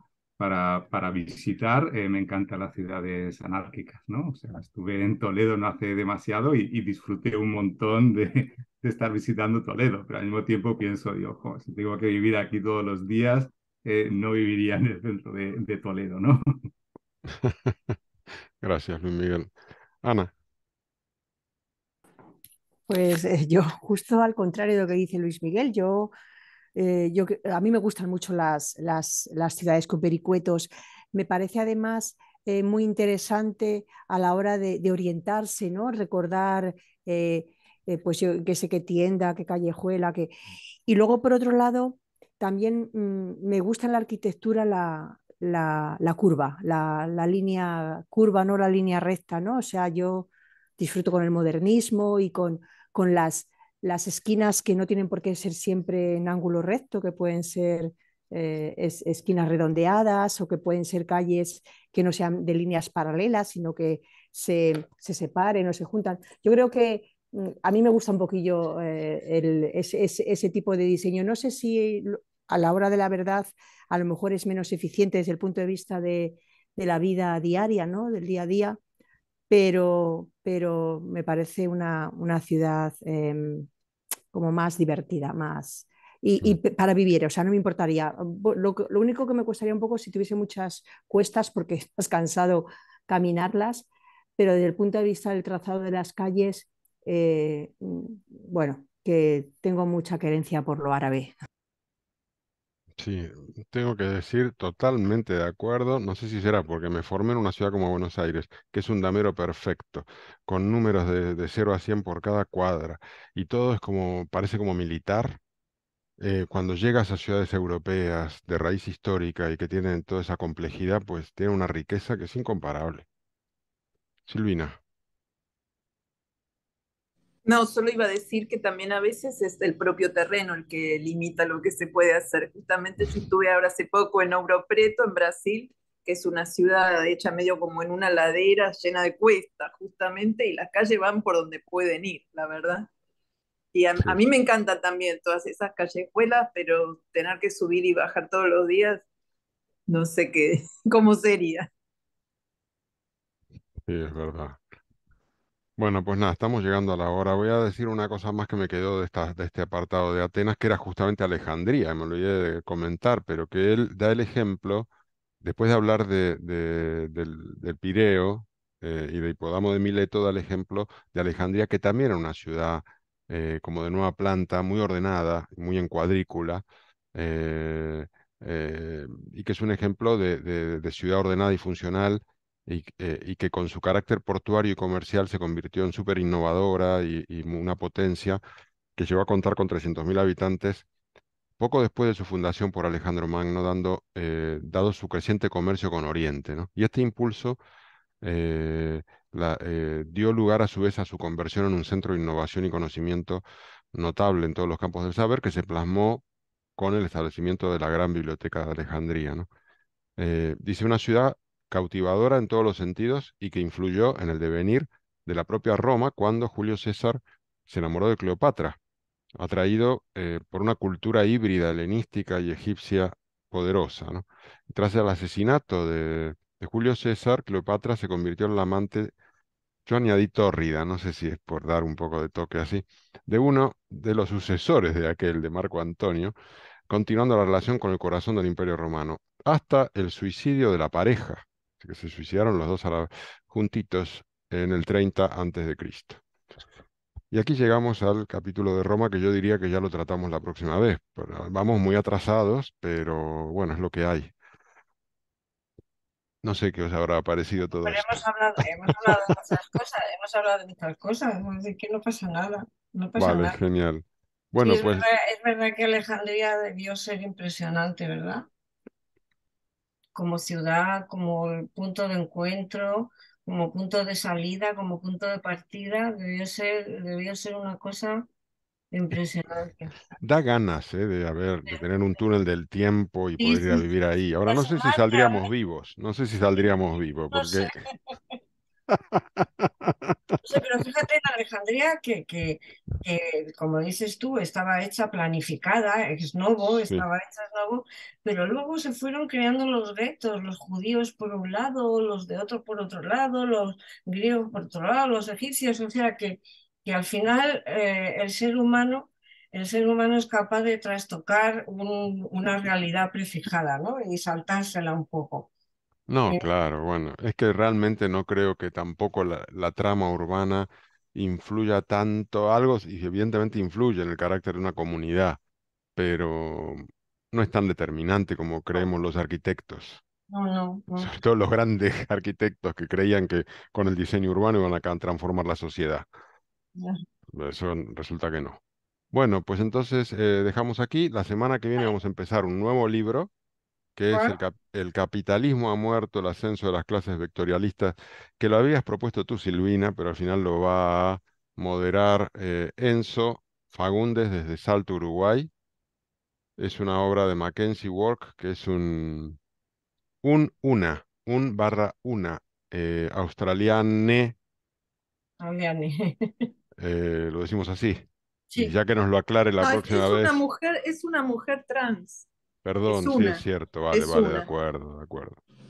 Es una mujer trans, vale, Es perdón, una mujer, ya está, es una mujer, no hay más. vale. Bueno, chicos, Venga, dejamos aquí entonces. Que lo paséis bien. Nos vemos el Gracias, sábado próximo. chao. Chao, buen fin de, gracias. chao, Hola a todos. Adiós. adiós.